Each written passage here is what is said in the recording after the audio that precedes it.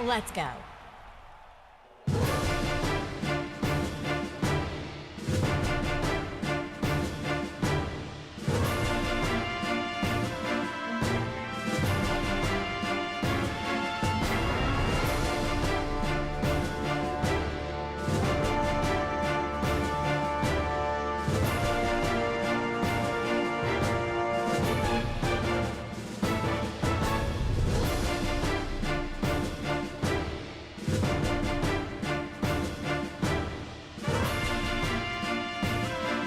Welcome back to Clash Royale League Asia. Today's Group B. We're back to Group B after we had some amazing match results from Group A. Just wait, because the standings are going to be looking pretty crazy if you missed last day's action. My name's G-Clef. This guy, Piverton for you. How are you doing? Great. I'm doing really good. This is going to be really exciting. The first day we get to do Group B together. We've both done it. Is that right? Yeah, we've never done Group B together. Oh. And because I've done it with ending 2 times. Yes, that's what I... So this is going to be fun. I'm really excited about yes. Group B. Yes. We got to see a lot of Group A, you and I, but now we're over to Group B, which is a much, things are much tighter in this group. The teams are very evenly matched. We're seeing a lot of King of the Hills in this group because the teams are so good. I think compared to Group A, where there are a lot more dedicated players for 1v1, I think Group B, they mix around a little bit too, a lot more compared to Group A, like 2v2 and also 1v1. Also in their roster change, not just as a bench player, as a fourth player, just in case of the King of the Hill. Yeah, it's gonna go back and forth. I think that's one difference between Group A and Group B. Here's the standings, updated one after last night. Pretty crazy, packed. So 5-2 for Group. Yeah, 5-2 and 2-5, and a big pack in the middle there. 4-3, 4-3-3, 4-3-4. It was a big win for Talon yesterday. That they needed that so badly to keep themselves in the hunt for a playoff spot, and that really hurt Detonation Gaming's chances. And Ponos is starting to look like the Ponos that we're used to seeing. Yes, a top team, and they're finally kind of figuring it out. I think Japanese teams using lots of spell bait compared to the other regions, just as a region.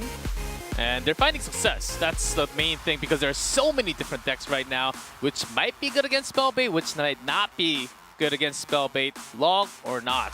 Bar Barrel or not. I think that those are the big 2 spell cards. Group B action today. OPGG Sports versus OGN Entus. KR versus KR there. FAV Gaming versus Sandbox Gaming, the second one. Bren Esports GameWith will be the last match for tonight. Yeah, the first one's going to be really interesting, I think, because OPGG is on the rise, right? We're seeing Expo Master, yes, assuming he is going to be the 1v1. We don't know for sure. Sometimes OPGG does switch it up because they've struggled in the 2v2, to be frank. And, we've seen Expo Master start to finally get his groove back. Yeah, just keep him on there, and then maybe TNT. I think that's, or maybe Dandelion to snipe on the Expo Master once again. I would like to see that rematch. Yeah, Expo Master wants that revenge. As Ending keeps on having that. First match, we'll see. What? Did they just say whatever? Thunder did not look very enthused about that. No, I saw him earlier downstairs in the lobby when we got here today, and they were having a great time. They're just goofing around. I hope they didn't practice that. If that was practiced, I don't even know what to say anymore about OGN. Yeah, seeing the roster, and nothing too different. Never mind. Whoa. Very different. We're gonna get Huni. Okay. And Dabong also in that 2v2. Wow. Okay, so yeah, well, this kind of makes sense in a way because Asher and Huni have been struggling in their 2v2s. They're 1-4 in their sets, which is just not great. And a lot of it, is 2-0 losses. I mean, three of those losses, they just were just 0-2s, just done. And so, Dabong and Expo Master are veterans. They've been around for forever. They play well together in their 2v2. They've only done it once and they won, but they looked pretty good when they did it. So for the 2v2 set, I think this makes a lot of sense. And if you do go to that King of the Hill, you've got Dabong, you've got Expo Master, you've got Asher, who play well in King of the Hills. It doesn't really make too much sense to me. I think it was Expo Master's on a roll. We could see that Expo Master was back in his form, like about 90%-ish when we praised him so much a year ago. And then suddenly, all of a sudden, just because they lost to OGN Entus pretty big in the beginning of the season, they would it feels like they're trying to dodge a big hit coming, like if there's like a bowler coming towards them. That they're trying to split left and right and trying to see, just trying to take the least amount of damage. Is that enough to actually win the match? I have some doubt, but let's see how the match is going to unfold. Yeah, I mean, I think you got to win this 2v2 now, right? You have to win this 2v2, and Thunder and One Crown have been excellent this season in their 2v2s, and the bans, we got the bans, yes, okay, so it's Lava Hound, and I'm like, oh yeah, it's at the top of the screen, genius. Yeah, yeah, the roster was a little too exciting, and we got too into it for a second. I didn't even notice the bans because I was just like, yeah, who plays Giant Skeleton and Lava Hounds? All the time! Yes, everyone out in the world, 2v2. Oh yes, guys, 2v2 is gone, by the way. Aha! Well, we still have it in our Clash Royale League. And let's go in. Giant Skeleton banned, Lava Hound banned. You know, I think we might see a lot of Earthquake here. If I was either of these teams, I'd be thinking about bringing some Earthquakes. Oh. Because there's not much, I don't think. Well, there's still the Balloon. Yeah, We're probably going to see some Balloon potentially as yeah, well. Especially after last night, we even saw a Bomb Tower, so I think you're right on the money. Maybe having just against a lot of buildings, Poison and Earthquake should be able to take out most of the buildings. And then push it with... We're back to RG. No! It's the Expo with the Expo Master coming in here. Did he forgot to switch decks? No! And the Valkyrie placed behind, so Expo is going to take a lot of damage. Yeah. Even have to send the log to push it out. Right. A lot of damage from that Dark Prince there. But no significant damage coming through either side, just a log for damage on both sides so far. And they're just going to put a P.E.K.K.A there to absorb all these shots from that Expo. Yes. Terrifying unit to lock on from Expo's side. And things are not looking too great, to be honest, for now. And Dark Prince charging into the target. P.E.K.K.A still survives. There's a Graveyard coming out from OGN Entus. So you have the Skeletons, Valkyrie doing okay, but not too perfect. Yeah, not too surprising to see a Graveyard, of course. I mean, it's not banned, so it's obviously a very popular mechanic to be used in 2v2s these days. Wasn't too shocking to see, especially after you see a P.E.K.K.A with it. That's very common now. You see a P.E.K.K.A and possibly a Mega Knight as well. Yeah, even a defensive Tesla right next to the tower just to get the inner Skeletons out towards the King Tower side. Valkyrie, certainly one of the best units against the Graveyard, but when that freeze comes down, Tesla might not be enough to actually get all the Skeletons. That's very true. All right, well, we got the P.E.K.K.A in the front here trying to get to the Expo. That's going to be a nice fisherman pull onto that Ewiz. That's huge because that buys this P.E.K.K.A a lot of time to start doing his thing. The P.E.K.K.A starts chopping everything Expo and then Ice Golem next. Yeah, it does go down, but still there was a lot of elixirs down from OPGG. Yeah, they had to use a lot there. And you want to keep that Ewiz focused on that P.E.K.K.A because it buys you so much more time because of how slow he moves and hits. No further ground units. Expo connects a few shots, but not too much. Overall, Poison actually doing a little bit more damage onto the bottom right, but not too much of a gap between the two, though. All right, this time they want to go for the defensive Expo. I think this is kind of smart. They probably realized they were a little bit behind in elixirs and wanted to just try to build up a little bit of steam here for themselves. Yeah, OPGG, they have low, pretty quick cycle as for the 2v2 because they have Expo, but the rest is pretty low in elixirs. They're trying to go left and right, but they're not really finding good of a target, though. Still 2,000 to go. Yep, okay.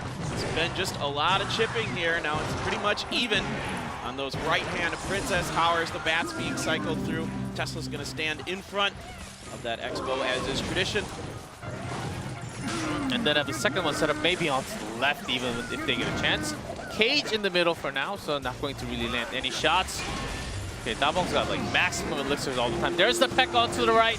Has to bring down Tesla and a few more, and a great fireball. Really good fireball, getting 4 various units in there. There's that freeze that we expected. A good log, though. Going to clean up a lot of this.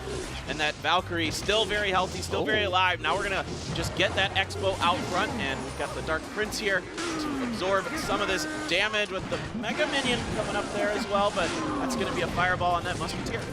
Yep, doesn't go down with, but does go down with the Musketeer hitting on it at the end. Another ground unit, which happens to be Fisherman, but after that, OGN Entus going low on elixirs right now. Yeah, really trying to get the defense going, but that Musketeer is going to connect to the tower and get a bunch of damage in. Cycles after cycle, OPGG's got so many cards just rotating, cycling in and out. Ice Golem soaking a few shots. Even has to have the snowball here. Soaking a few more damage from the skeletons, but going into the Expo instead. How much you want to bet this is a rocket on the back end of this for OPGG? I'll bet 10 elixirs on it. There it is. Yes, there's that I rocket. got my 10 elixirs. You get it, buddy. Yeah, the next rocket's going to finish. Even before that, they have all these other spells. Snowball log will do it. Wow, they push it through with the amount of elixir. With the cycle, OGN Entus having trouble to find the correct move. OPG just going to take it with a correct ban. I like the deck choice here. It was risky, but they pull it off. Really, really well thought out there and really well executed. They switched to defensive Expo precisely at the right moments when they knew they were behind in elixirs. They knew they needed to set up a defense, and the Expo actually is really strong at that, especially because the only real spell that you have to do damage to the Expo was poison. There wasn't much else available, and obviously you'd much rather be using poisons in conjunction with those graveyards. Yeah, Expo Master stopped using Expo in 1v1. Now he brings it to 2v2. What a fascinating move by OPGG here, as you don't really expect. This is the second time from Asia Expo has came out 2v2. This time with literally, with lots of Teslas, Musketeer, Ice Spirits, and Skeletons having bats, really low 1-2 elixir cost, cycling so fast, so OGN did not even have time to put down their second Dark Prince, second Fisherman, second P.E.K.K.A. They were just literally putting, okay, what ground do I have next? I'll just put that down. I'm not going to get too much elixir out of it, so OPGG kept them pressuring like that. And these fast cycles work really well. For a couple reasons. Against that graveyard freeze, you can, if your units get freezed, like the Valkyrie or the Ice Golem or whatever you've got in the middle of that graveyard, then you can quickly cycle into something else. And on top of that, you got the Expo and the Tesla, which can turn around and start shooting at the skeletons that are coming out of the graveyard as well. Yeah, and then connect to the tower right after if there's nothing further right after that. So it was actually really good, and Expo is not really going to be super close to the tower anyhow, so either the Tesla or the Expo is not going to be captured together with the freeze, or else they'll be missing like a Valkyrie or like a King Tower if that's activated. So really cool strategy against the graveyard. It seemed like OPGG actually knew exactly what to do, even if there were freeze, log at the perfect time, and like a giant snowball ready. So really quick cycles, as you mentioned. Really cool to see Expo, but can they play it once again? I don't think so. That was like a one-game deal. No. Definitely cannot do it again because, you know, there's an easy change-up that OGN could do, and that's just to bring a Lightning or a Earthquake or something like that. That's going to get like a lot of value. RG, like a Giant. Yeah. Anything that's going to further block. So too many shots. EQ, you mentioned already, against all the buildings. Just a couple spell changes. I think that's also really great against all kinds of Expo decks. Right, exactly. I don't think you can do the Expo. I think that's just a one-trick pony here. You know, you get away with it, you get that one game because it's almost like a, you know, I don't want to use a popular esports term. It's almost a cheese strategy in 2v2 to bring an Expo. I mean, it's viable, but it's not as bad as those Goblin Barrel, Mirror clone into the King Tower. That's the ultimate cheese. That's what I call real cheese on 2v2. That's some made in Austria or Switzerland cheese, man. I don't know, dude. Oh, well, what else?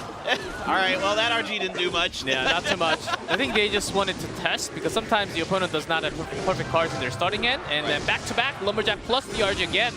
They had caged last time. Yeah, they're going to use the Tornado to drag the RG back, and it's not going to get any shots off.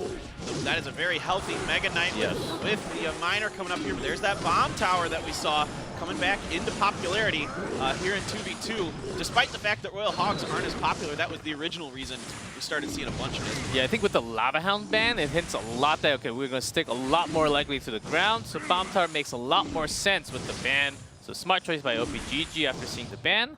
So no. Not too much damage, about 500 apart. The OPGG's got a different offense this time onto the right side. Fisherman. There's the Fisherman, gonna pull it back. You're gonna get that Ice Spirit there as well, and that is no shot for the RG. Impeccable defense here from OGN. Yeah, you can do it once or twice, but 3 times in a row, perfect defense. That's pretty impressive. Uh-oh. That Fisherman just got a bunch of slaps in on the bottom left. That's no bueno. I know, and personally don't really like those shots. Not just the damage, it's pretty, it's actually a lot of numbers in it. And plus it's gonna smell on your Princess Tower. It's a little fishy. A little bit. Ah, there's the rocket here. Catch from the OGN baby Entus. track. Nice rocket. Very good. That is definitely worth it. Okay, OGN Entus has another mission in this game to take no damage into their Princess Tower, but another RG onto the left. Lumberjack already pretty damaged. Tornado. Yep, there it is. Tornado's going to drag the RG back. He's going to get no shots. And yeah, you've got 2 Mega Minions, but they aren't going to last too much longer here. And the Baby Dragon is in. There's that bomb tower, but the poison right there as well. Now you're going to get the Miner in the back this time. Ewiz is here. I don't think there's a Tornado from OPGG here. They're keeping something in, and it might just be like a freeze with that RG, but still too much defensive units coming out, and there's poison doing some damage. Only 14 seconds left. There's a Tornado pulling back the RG once again. Only basically spell damage going into that top left. If it's a Lightning, they should have used it at some point just to get rid of like a Mega Minion and something else that's in there. That is going to be a tower down. OGN Entus going to find their revenge. Take game number 2. What a fascinating cycle coming out from OGN Entus. One, the cage, blocking a few shots from the RG. Second, Mega Knight, and if you need something else, Tornado to pull it away. RG was about 6 tries. No actual cannon damage from RG into the towers. Only log damage, poison damage, the secondary log damage. Nothing else. But in OGN, they were always connecting a few minor shots, this rocket, offensive poison, and so on. It's an absolute clinic here. That is how you defend RG. Just absolute perfection. The Tornado is very powerful against RG because it's so slow, and it has to move itself back up, and it has to get a lot closer. So this is one of the interesting things about RG since they changed it. Remember, it used to have much longer range, but did less damage. Now it does more damage, but it has to get closer. So Tornado is actually really powerful against the RG because it has to move further to reposition itself to get shots in. Yeah, I miss the old RG. Yeah, I liked it a little better in a way, but this, this is a little more balanced because you can get it into situations a little easier, especially with Lightning. Wow, burning both timeouts in 2v2. This does not happen too many times. Just showing that how much both teams actually care about 2v2, the grabbing this win. And maybe not going to King of the Hill. They're trying to take it into 1v1 and they finish the match just like that. But after that kind of a match with the Royal Giant, do you really use it once again? I don't think so. No way. Not just changing up the spell. I don't think that's going to cut it. Because Tornado's available. Yeah. I want to see Balloon. I know with Tornado you can, you can pull it into the King Tower and that kind of thing, but I think maybe if you time it right, you can get, because you're not really planning for a lot of air because there's no Lava Hound. So you can maybe sneak, get a little tricky potentially. But yeah, with Tornado available, it does make it a little more difficult. But if you place it correctly, it's not so bad. Yeah, then there's a Tornado. It's basically push some unit over the bridge and spell damage. If you actually connect a few shots from the units, yeah, you get lucky. And that's how actually 2v2 comes down oftentimes when Tornado's allowed like this. So OGN Entus certainly understanding that, even had a rocket just in case. Worked out pretty well for them. OPGG, up to them to change up a lot of their decks. We've seen a lot of Ram Riders and Raged Up Hogs. So they can certainly go for those cycles straight up. Let's see game 3. Or it might just be like graveyard. Both teams just bring graveyard. Yeah, they're both starting it off basically the same way. That's not bad of a log there. It's going to get rid of those guards here for OPGG. And I think they're kind of thinking what you were kind of hinting at here. With Tornado available, you just got to spell damage, Or Miner as well. Miner's almost kind of a spell in this situation. Yeah, 3 elixir spell basically. Just the Tornado, okay, has the E-Wiz right below it to have a mini stun, and then has the Dark Prince to connect to it, so no real too much damage onto the bottom left. Yep, the Goblin Cage in the way here, the Miners up on the left, and the guards were just a little bit off, but they're going to be okay because the Fisherman gets them within range to do a little bit of damage. So you get a little bit of poison in there. There is the rocket, but it's a Dark Prince here. And its shield was still up. Yes, the second shot from the miner came just a little after. Yeah. That's why the HP of the Dark Prince is still down here. It should still be okay. Yeah, it's okay. It was slow from the Ice Wizard. Yeah, it's close. It's always weird when the log like lands right on top of something and it doesn't really push it back. It just kind of swishes it. Yeah, there are those times where you want to hit the unit and the tower, so you know you can't really pull it back even further. So those are going to be the hard choices that OPGG has to make all the time. Valkyrie, good defense against the miner because of potential tornado. You just have to put it there all the time. Yep. That rocket on top isn't going to catch anything, and that is going to be King Tower activated for OPGG. So not too shabby there for them, but they are still behind about half in their Princess Towers. Yeah, and in terms of rocket damage, straight up about 2 more rocket straight up damage. There we go. Yeah, okay. Yeah, talk about rocket damage. It's about the same now, but their miner is not really connecting. OPGG has shown their tornado first. OGN, I'm pretty sure they've got one too. Yeah, 100%. So, I think. And yep, there's some poison damage with a little bit of minor chip here. Yeah, that was even an earthquake all the way at the bottom. And OGN Entus really wants to finish this tower with the rocket damage at all. Still 25 seconds, so they got some time though. Yep, they can buy themselves some time. Another hit from that miner is not going to come in, so that is going to require another spell here for OPGG. That's a little bit unfortunate for them. That's extra elixir that they would have liked to have kept there. Yep. One cycle for the last log and an EQ, so one more elixir used by OGN, but still pushing with the Mega Knight to the right side. Good setup already. Yeah, now you got the miner in here as well. The guard's good placement. Ooh, a P.E.K.K.A is the last thing here for OPGG, saving this for that Mega Knight to really get in on him. Nicely done, nicely saved here by them. Yes, while the units are fighting on their own, it's basically rockets flying all over the place. There's a second, there's a third one. Being Princess Tower and the King Tower together, unless there's a unit you always want to put a pocket. Mega Knight! Ooh, good Dark Prince. That is going to drag it to the other side there, along with the EUiz. Now we've got the EQ down with the miner here. Good guard placement to keep it outside of the EQ. Yeah, make sure the miner doesn't connect to double that miner onto the top. The second one survives a little bit longer, plus that poison damage now in one rocket plus one more spell right now. All right. OPGG, they're waiting. They're trying. They're going to have to defend these pocket pushes. A bridge spam fisherman up on the top. Is he going to get in? No, just in time with the Dark Prince, but they're able to utilize that miner. Good E was there to change the target. Yep, EQ. And OPGG is gathering their elixirs for their final shot. It's coming very soon. There's the lock. One more rocket. Time to 1 game. Well done here by OPGG. Adjusting very well there. Going back to the rocket, scratching their heads, going, how did that happen? Well, we know they're good. And that's 2 wins here in the 2v2 for OPGG, for Dabong and Expo Master. I mean, this is the weird thing for this team right now. They need someone who can be consistent in 2v2s, and it might be these two. Then who's going to be their 1v1 player? I mean, Hooney's good, don't get me wrong. Asher's great as well. Dabong.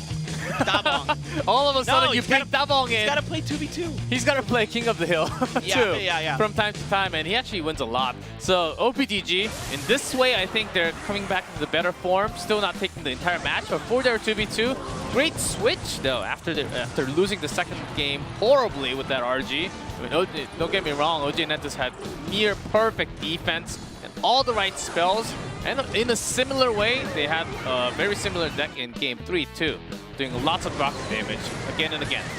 Yeah, it was very close there in game number 2, but the defense was just a little bit better for OP. Saving that P.E.K.K.A for that Mega Knight was very, very wise. That bought them a lot of time, because that P.E.K.K.A is great against the Mega Knight, of course. And so, you know, and they did really well defending the pocket, the pocket pushes with the Mega Knight and the Valkyrie, and that saves them a lot of elixir that they can put into rockets. I think also the activating King Tower helped them just a little more, especially when we got down to 1 Princess Tower, because both the King Tower actually locks onto the pocket units. It helps a lot faster. Even before that, you have a lot more King Tower damage into the unit, like the Miner coming down to the bottom left, so that was real good. Yeah, just really well done here. The double miners were so good because that basically guarantees them some kind of chip damage from one of the miners. And then they're able to poison log, and then all of a sudden you're within log rocket range. It was like the 4th of July in America, G-Clef, the rockets flying. Back and forth.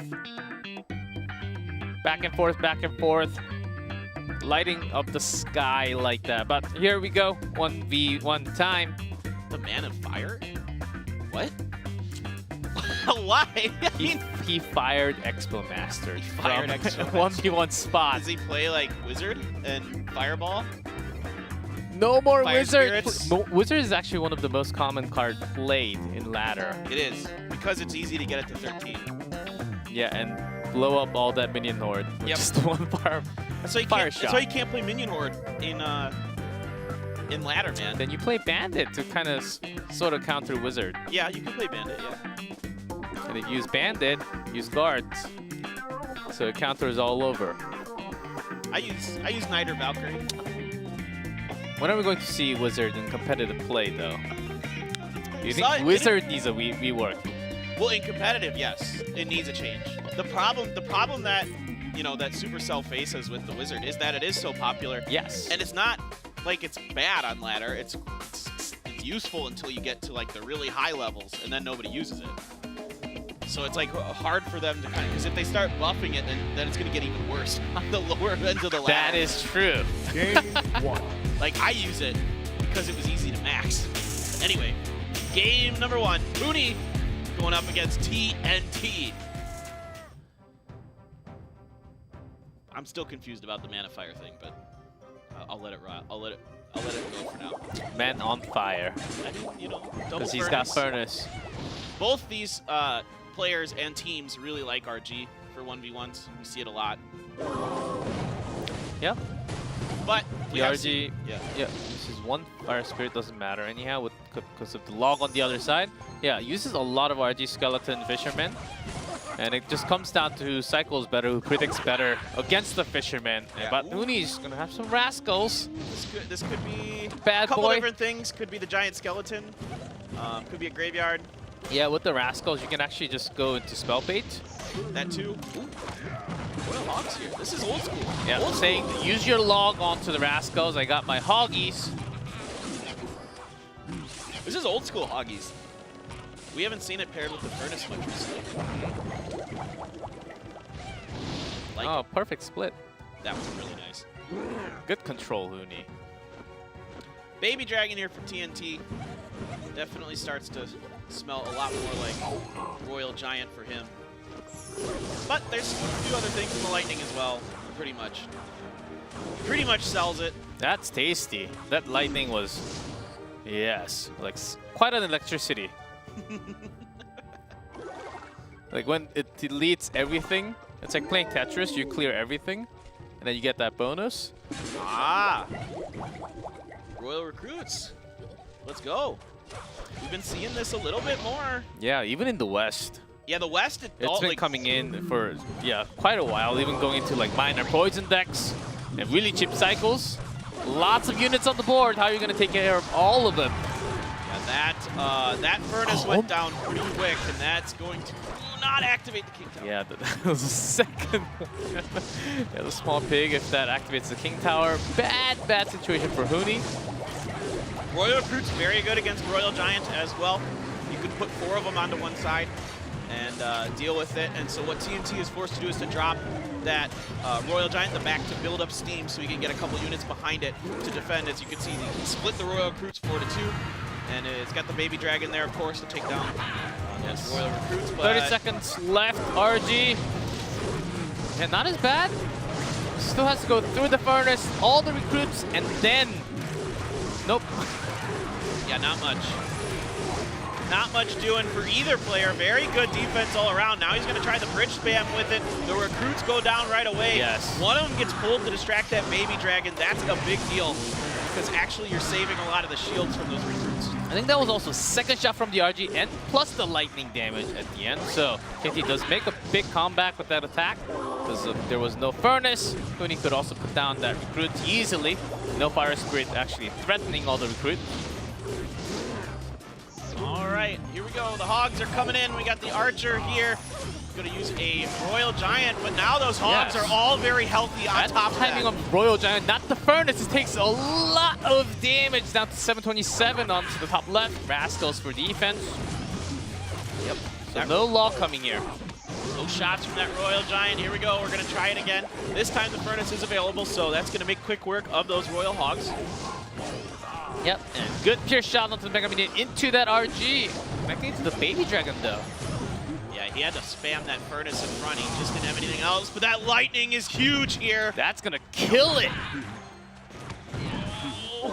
Yeah, down to 167.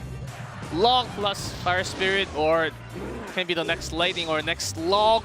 Just needs to get to that 6 elixir, and it's GG here. You can see he's just spamming through, trying to get into it.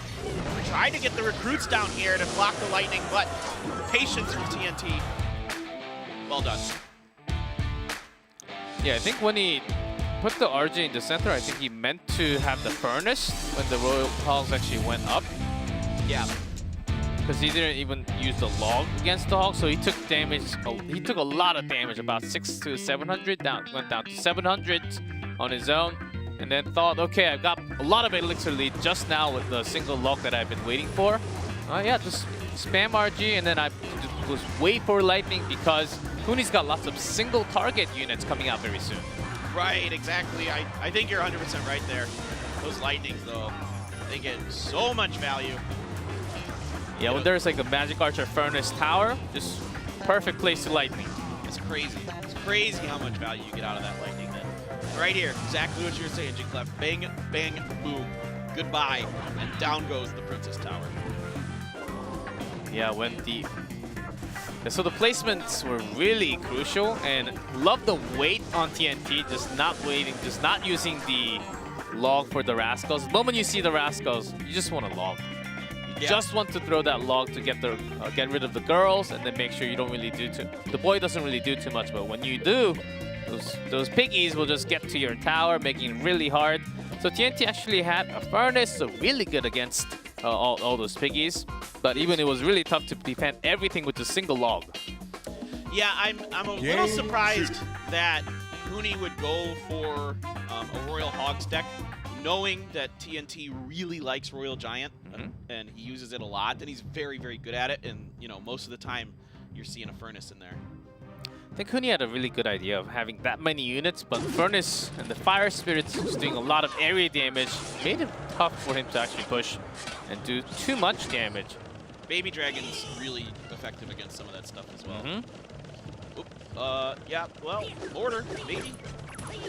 Yeah, we've seen a little too many. Yeah, not just the mortar, which has been not really being shown too many times. Like even the Mega Knight along with this. That's true, yeah. You can see Mega Knight in here. It is going to be the mortar. Then the real question is what is behind the mortar? Because we've seen a lot of variations. Kind of the typical mortar deck here. Yeah, I think this is just the traditional mortar miner then. Yeah. Yeah, with the Goblin Gang coming out now. Looks like it, yeah. Yeah, kicker cycle. As you do want to leave few units on the back and make sure you go across the bridge. Nothing else standing in the middle, and miner all the way in the back. Good split there by TNT with those Spear Goblins. It's going to buy him enough time that he doesn't take any damage from those Fire Spirits with that Furnace. That is really, really nice of them. Makes it near impossible for Huni to actually defend. So now Barbaro actually does not really kill the girl just by rolling through. All right, what's going to be the answer for the mortar? This time it's going to be the Furnace again. So not bad here. Now you've got the bats coming through. What? Do you have another spell? Do you have a snowball or something? No, all you have is a Musketeer. A whole lot of damage even with the Musketeer, though. Single target at a time. Not good. Now, look at this. TNT is pouncing. The miner is in here to protect those Spear Goblins. A Mega Minion is being thrown down to fight them. But that is a ton of damage to both Princess Towers. Huni not really finding the best moment for his own. Thinking with the barbs, graveyard, or just a split, the real big push. I think Huni really has to wait for one perfect chance, but he's going a little too slow here. Well, Ouch. a little bit of damage there to that mortar, but it's still alive. Now you've got the bats coming in here, and they're healthy and they're hitting. They do a little extra damage. And the cycle from TNT goes through faster and faster all the time, and damage taken. Huni's taking more damage every single moment. Yeah, great fireball there. That got a ton of value. My gosh. Simply, Huni's finding no time for his own attack when there's miner flying by, Barb Barrel picking out the Musketeer all the time. So many goblins everywhere. Look how many barbs are there, but they're so slow. Yeah, it is the graveyard there, but now you've got the Goblin gang in there. The poison is down. Will this be enough? The bats are there to do some damage to the Barbarians. They come in using that Barb Barrel to distract them. It's just not enough. This is going to be GG. And even with 2 units, Miner directly connect 2 shots. It's going to be TNT with that victory. Well, TNT making it look easy. 2 very standard meta decks that we see fairly often here in Clash Royale League Asia. Just gets it done. Perfect play. I think it's been about like 2 to maybe 3 weeks since we saw the traditional like classic motor miner deck. And since Spencer doesn't really play the deck anymore, no one else actually does. And TNT just bringing in really fresh, quick cycles. And then just dominating the opponent, giving Huni no absolute close to 0 chance, 0 percentage actually using that poison and graveyard. If you're just pushing elixir that much, you just have no time to have 5 elixirs. Yeah, it's just offense, offense, offense from TNT. You know, they say the best defense is a good offense, and TNT right there just kept the pressure on. And it's not an ideal deck there to bring against mortar for sure. Like, if those Barbarians get hit by the mortar, you know, does quite a bit of damage to them. You've got Fireball available as well in TNT's deck, and yeah, you're trying to bait out the Fireball, of course, but you know, we saw TNT get a lot of value with the Fireballs when he did use them. Yeah, even in an offensive position, placement of those motors that can connect to the Princess Tower, that's not the only thing. You have to worry about the miner and the bats, Spear Goblins connecting with the miner, so a lot of trouble for Huni, where a lot of his units, single units, you can't really control the furnace, which side the attack's gonna be on. Barbarians, if they're split, they just walk slowly, and you can't really control them either. So for Huni, what a disastrous situation with the deck choice. Yep, all right, let's see what our King of the Hill lineup is going to be. Asher, Dabong, Expo Master, love it. I think this is a great lineup here for OPGG. But then you've got Dandelion coming out first, and that makes me excited. Yeah, the Royal Recruit Lion. The Royal Recruit Master. The Yes. the first guy that I can remember seeing in Clash Royale. The guy who started it all. He was Even the bringing, first. even affecting the West and also China. Everywhere around the world, he was the only player. The only one when no one else used it. Yep, in Clash Royale League, Yes. across the 3 big leagues. Of course, somebody's like, they're sitting there at home like, oh, I use Royal Recruits on that. I have 4,000 trophies. 6,500 trophies. Well, okay, great, that's fine. But you don't play in Clash Royale Esports, all right? In the big leagues, it's the big leagues. Yeah, the big boys are here. And the amazing thing is, the Recruit Lion actually wins games.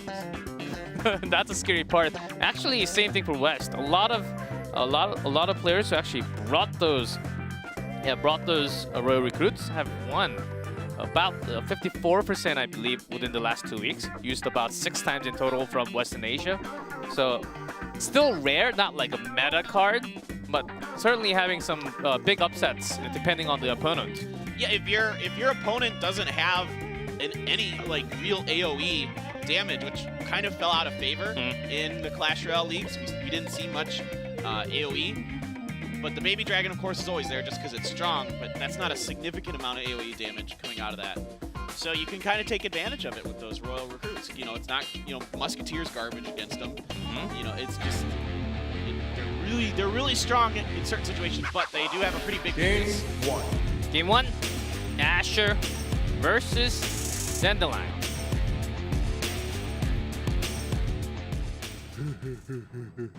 Yeah, also great against Fishermen.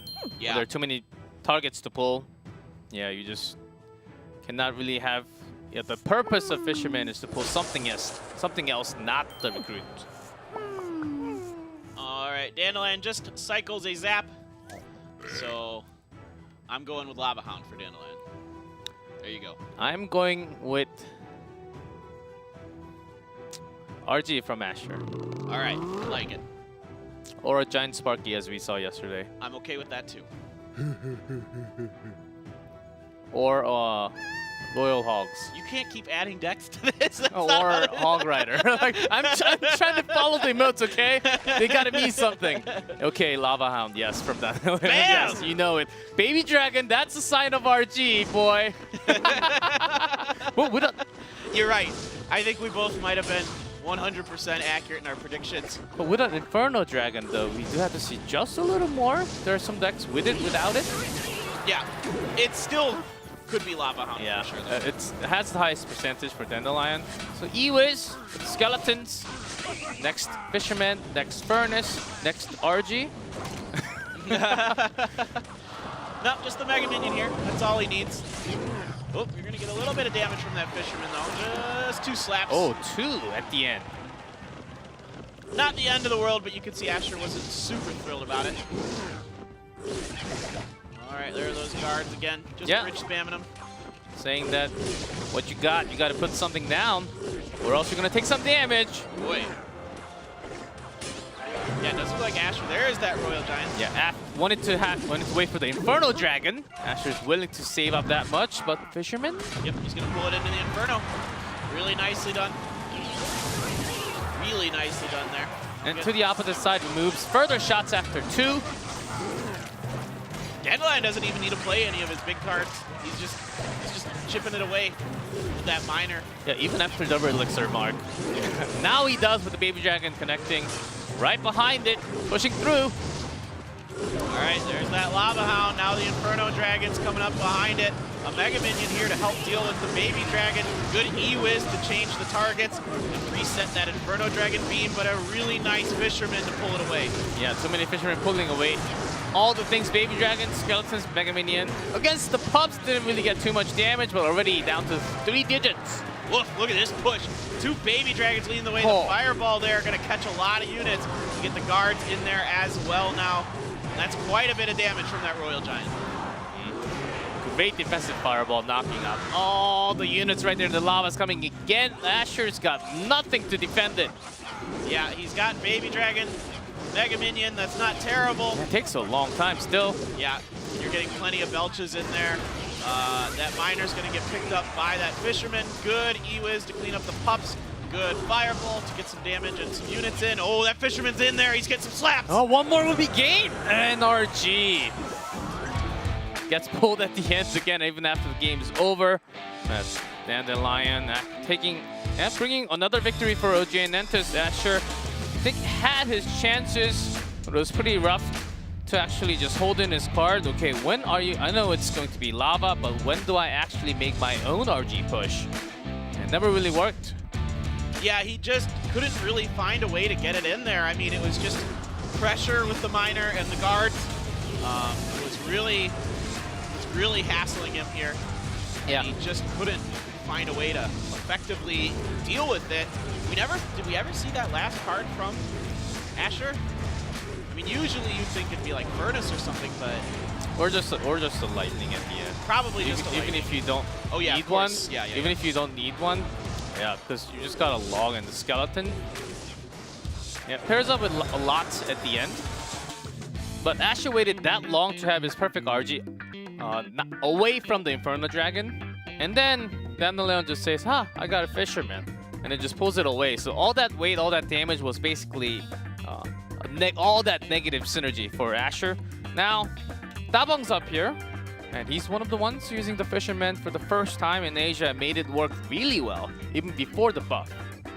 He's our wily veteran guy who comes in and oftentimes, we've seen him in the past at least, play well in King of the Hills. This season he's only 1-1. They've only gone to one King of the Hill the entire season. So this is only the second time that OPGG has even done King of the Hill, and he beat Donnie from FAV, but then lost to Kensameshi. So, you know, yeah. he's got some tricks up his sleeve. Yeah, maybe rare recruit on your own. There are some like really cool with the Fisherman Hunter. Some more Mega Knight. It's another option that's been popping out from the West. There's so many, too many decks right now. Some more with the Tornado Executioner Fisherman. So bring what you got and make it work. The Giant Skeleton with the Executioner Tornado, always good to pull off a great defense. 100%. Let's see what exactly Dabong wants to do here. And Dandelion, is he going to stand pat with lava, or is he going to try something a little bit different? Yeah, and for now, for today, no balloons yet. Yeah, which is strange because we've been seeing a lot of balloon. Yes, it's a good push when you have a pick against an RG OK too. Ooh, Knight here. Knight Expo or a few shots. Ooh, good angle. 3 piercing shots there.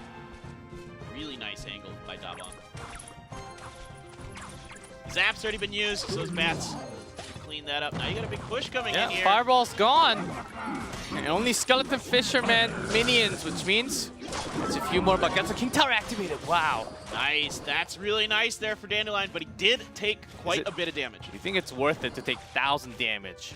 950. To activate your King Tower? No. Maybe. If it was like 700-800, maybe? I think 950 is a little too much. I wonder, I'm trying to think through the math in my head.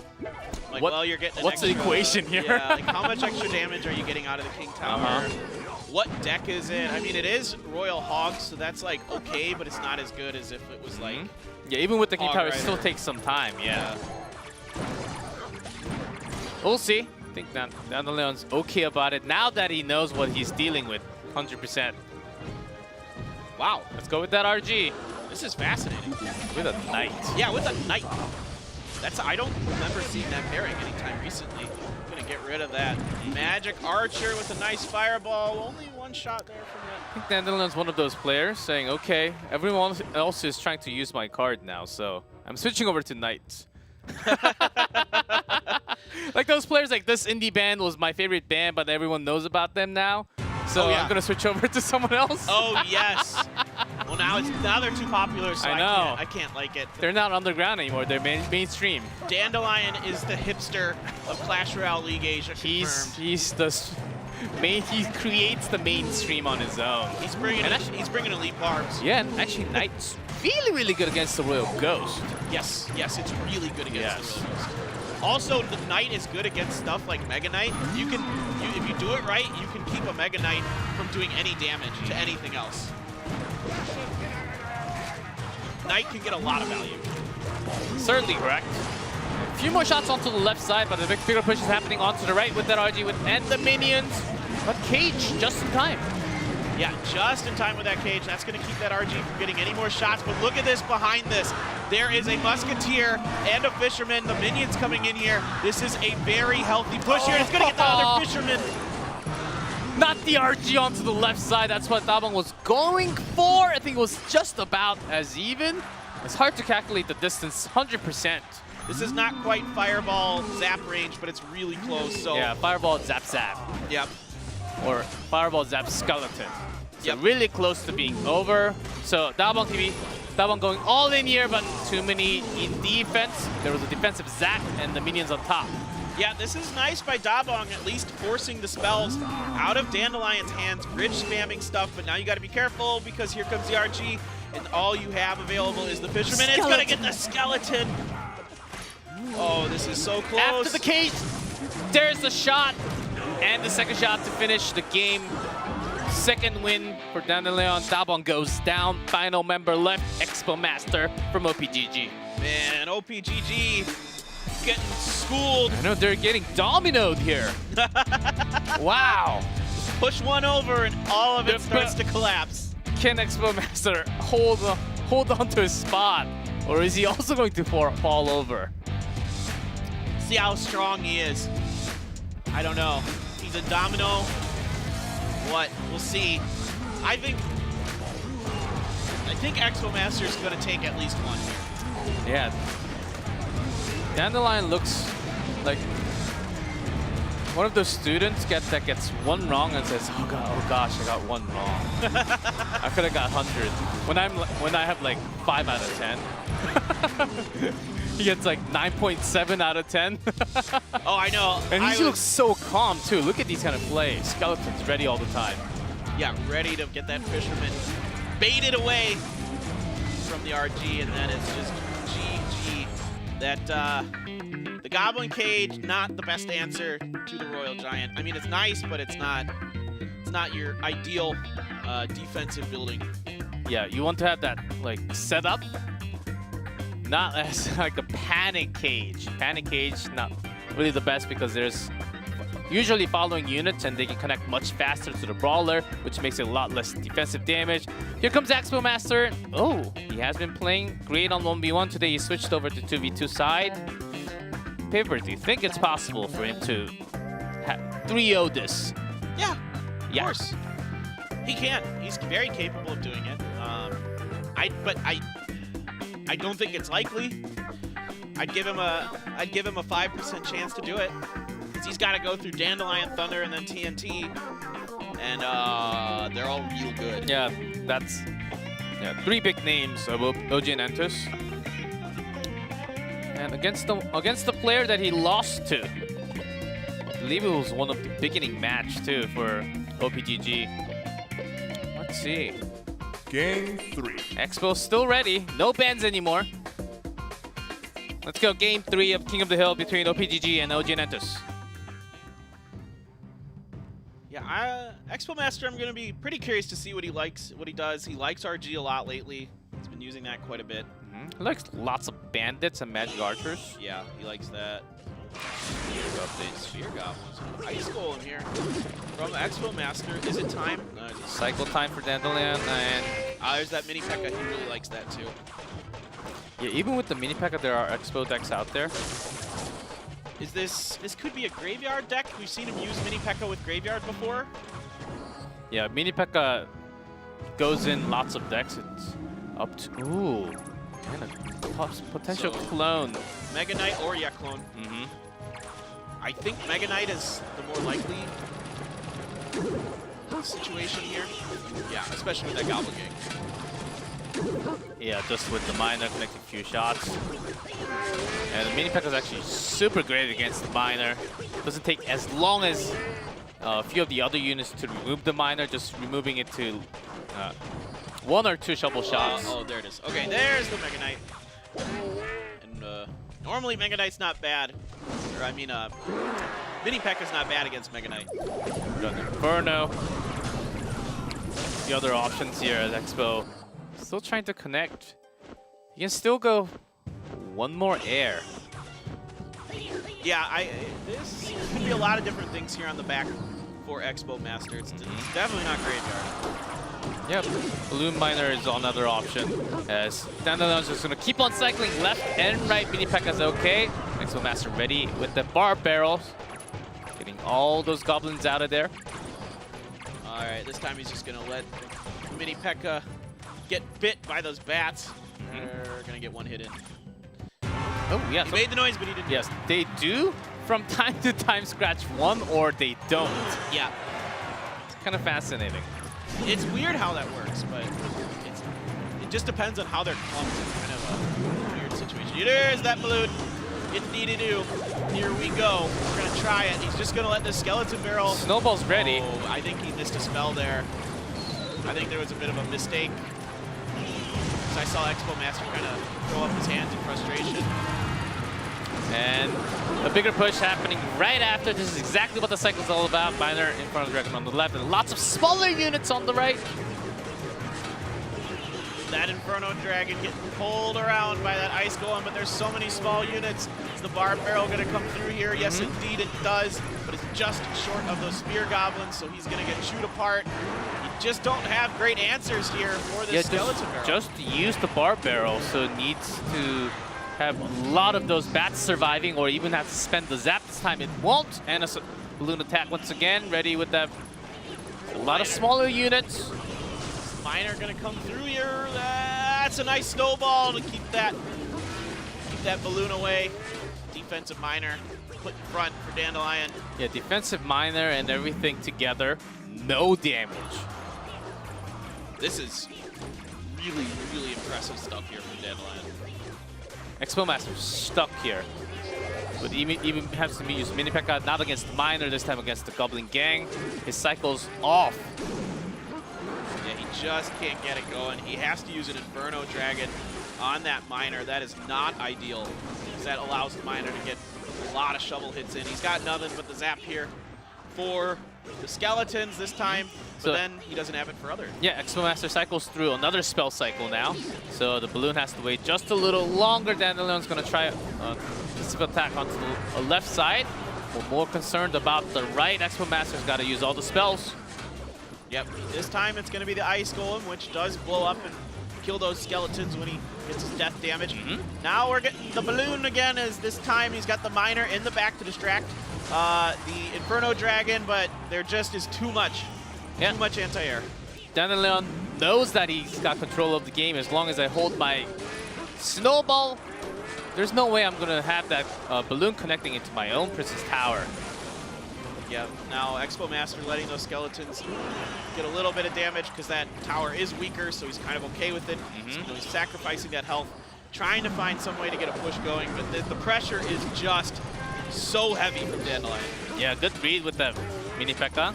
Placing it even before the Miner comes, but with the death damage, gets few of the bats and scratching into the tower damage. 145. 145. Expo Master's got to make this push work, but the Inferno Dragon is already there. Can't use the zap. A defensive Miner, but this balloon with the zap, it does connect. One is the limit, though. All right, bridge spamming, trying to get something going, but I think Expo Master knows now it's just a snowball in that bottom right. It's about to happen. There's that final spell. Wow. Is this who he is? Yes. Line him up, knock him down. Dandelion is an excellent. Is it double excellent? Yeah, he's an excellent 1v1 player.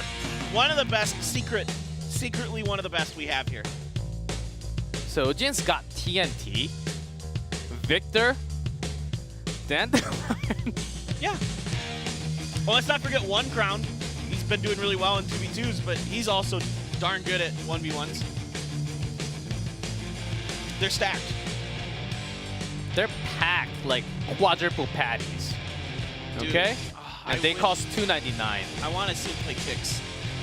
I want to see him play kicks so Only bad. possible starting in playoffs. You gotta wait, guys. I know. Few more weeks. And I'm pretty sure with this win, I think OGN Entus is guaranteed for playoffs anyhow. So this was a big win. OPGG falls down in set 3, heavily 0-3. That's only the first match here. OPGG is going to drop. OGN Entus climbing up just a little further, placing themselves with the 5 wins, 2 matches lost. Coming up next is FAV Gaming versus Sandbox Gaming. Match 20, Group B coming up next.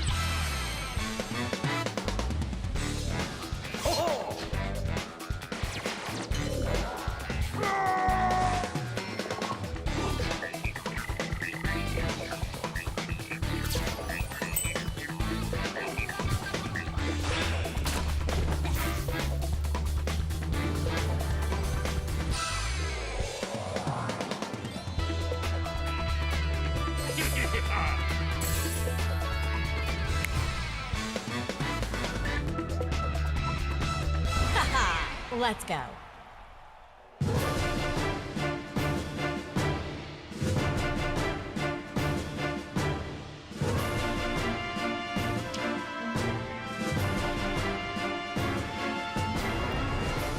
Previously, Clash Royale League Asia. This week on Clash Royale League Asia. Yes, I really like that video every single time. I believe if not all, was taken in the OGN building here. It's really cool, first floor, second floor, and actually the stadium. You can come down every weekend basically until we're done with the season. Second match being ready though. FAV Gaming. Why is Ken Sameshi just hanging out behind him? Get up there and stand with him, dude. Maybe he's the bench today. No, Maybe he doesn't get to play today. I don't know. Like he's always in 2v2 though. Yeah, you asked. They only have 4 dudes. Maybe that means something with that we don't know exactly. They're hiding. They're hiding something. What's that? The elixir blob? Maybe. All right. Well. Yeah, he is in 2v2. Yeah, it's him and Kitya-san. Kani and Sato, of course. So this is the normal lineups for both of these teams. Yes, sir. Coming at you. Of course, last time these two faced off, Sandbox did come out ahead. It was a 2v1 that went to King of the Hill. Islaw pulled it through against Jack in the 1v1 there. And then they came back and they were able to take Bob down. It was a close one, though. Really close. Should be interesting. Keeping my eyes on Jack, the Hog Rider Master, as there are some crazier Hog Rider decks popping out with EQ and like Giant Skeleton and so on. Like even with the Mini P.E.K.K.A from time to time, even with Motor Hog Rider.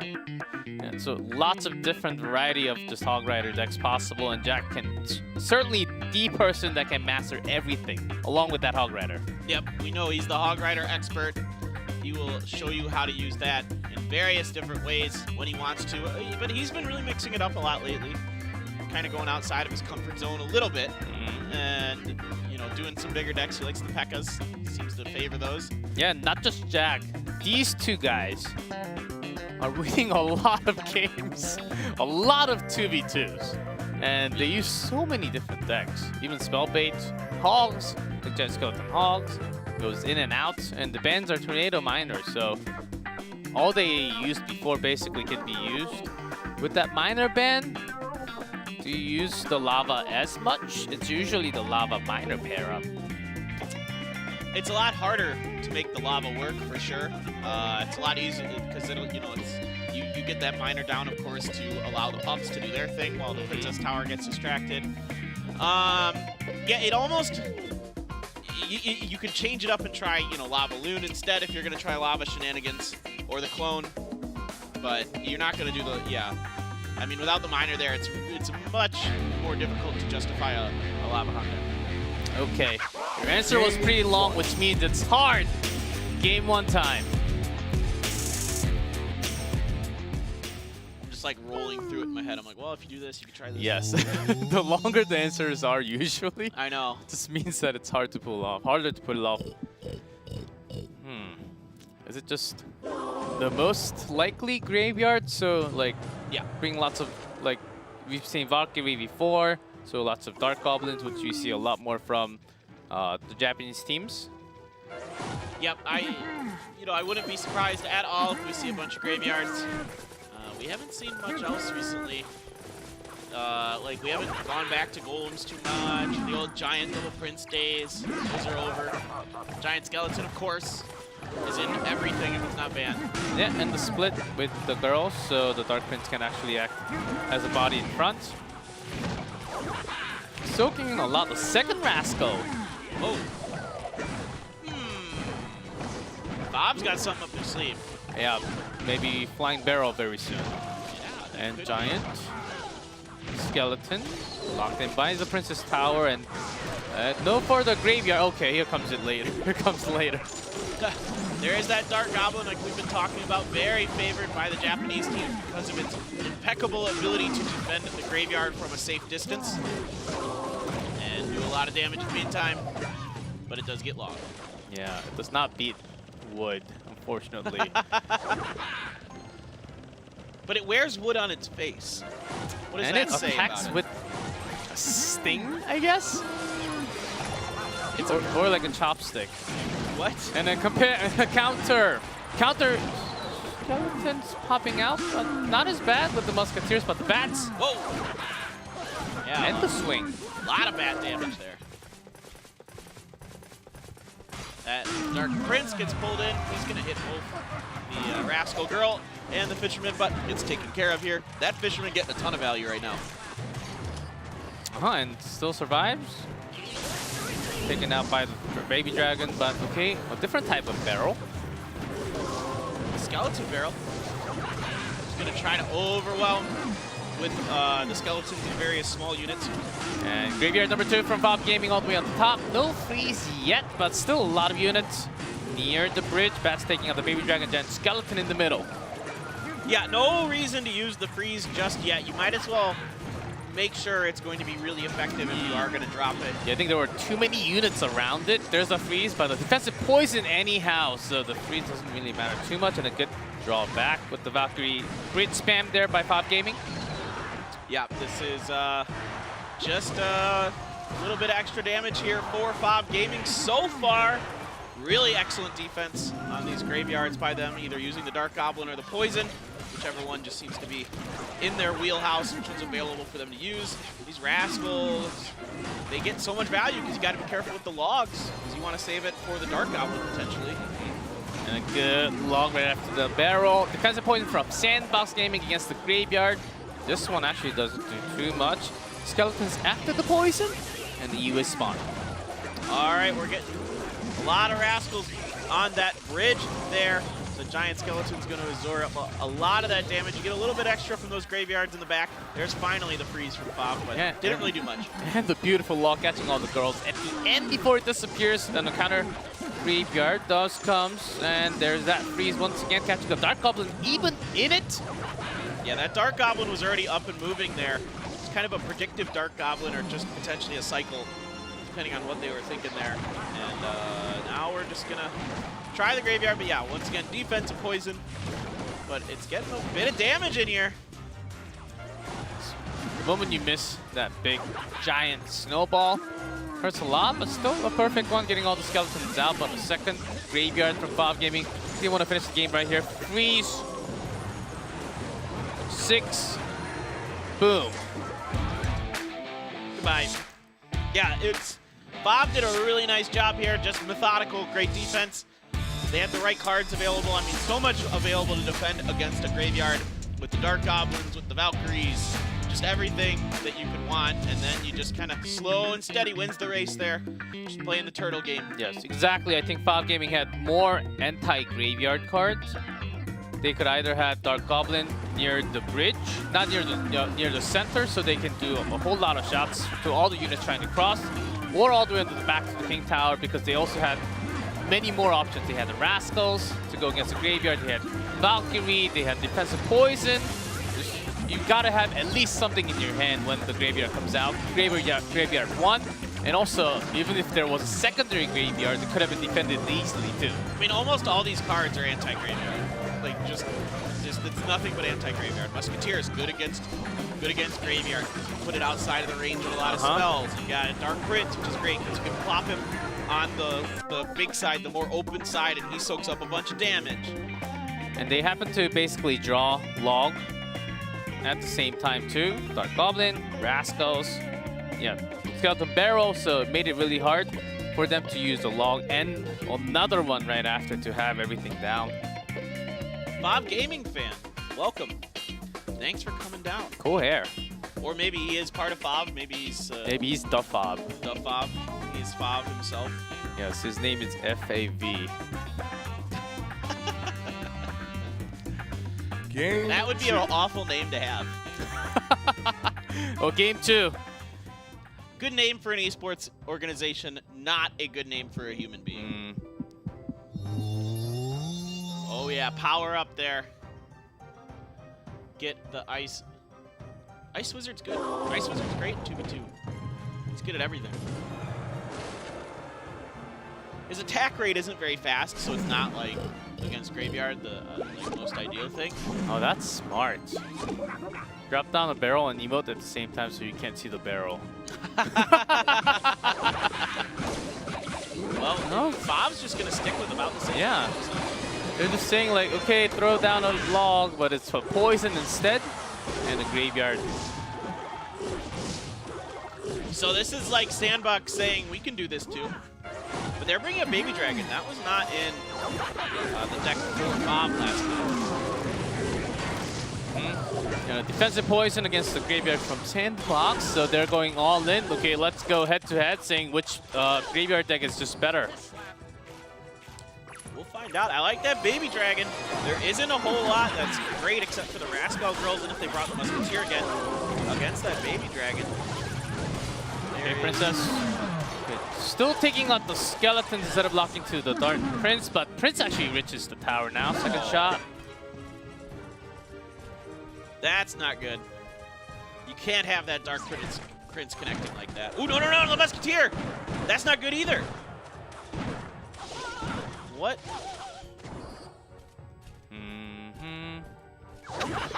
Just explain it for me, G-Clef. I don't know what happened. That was there. my emote. And the emote sound, which you can't see exactly. I think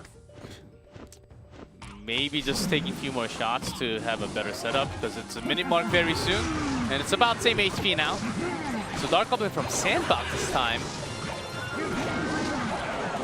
Valkyrie's already down. There's the poison from Sandbox as well. So they're getting a bit of damage in here, but that Dark Goblin safely outside of freeze and poison range.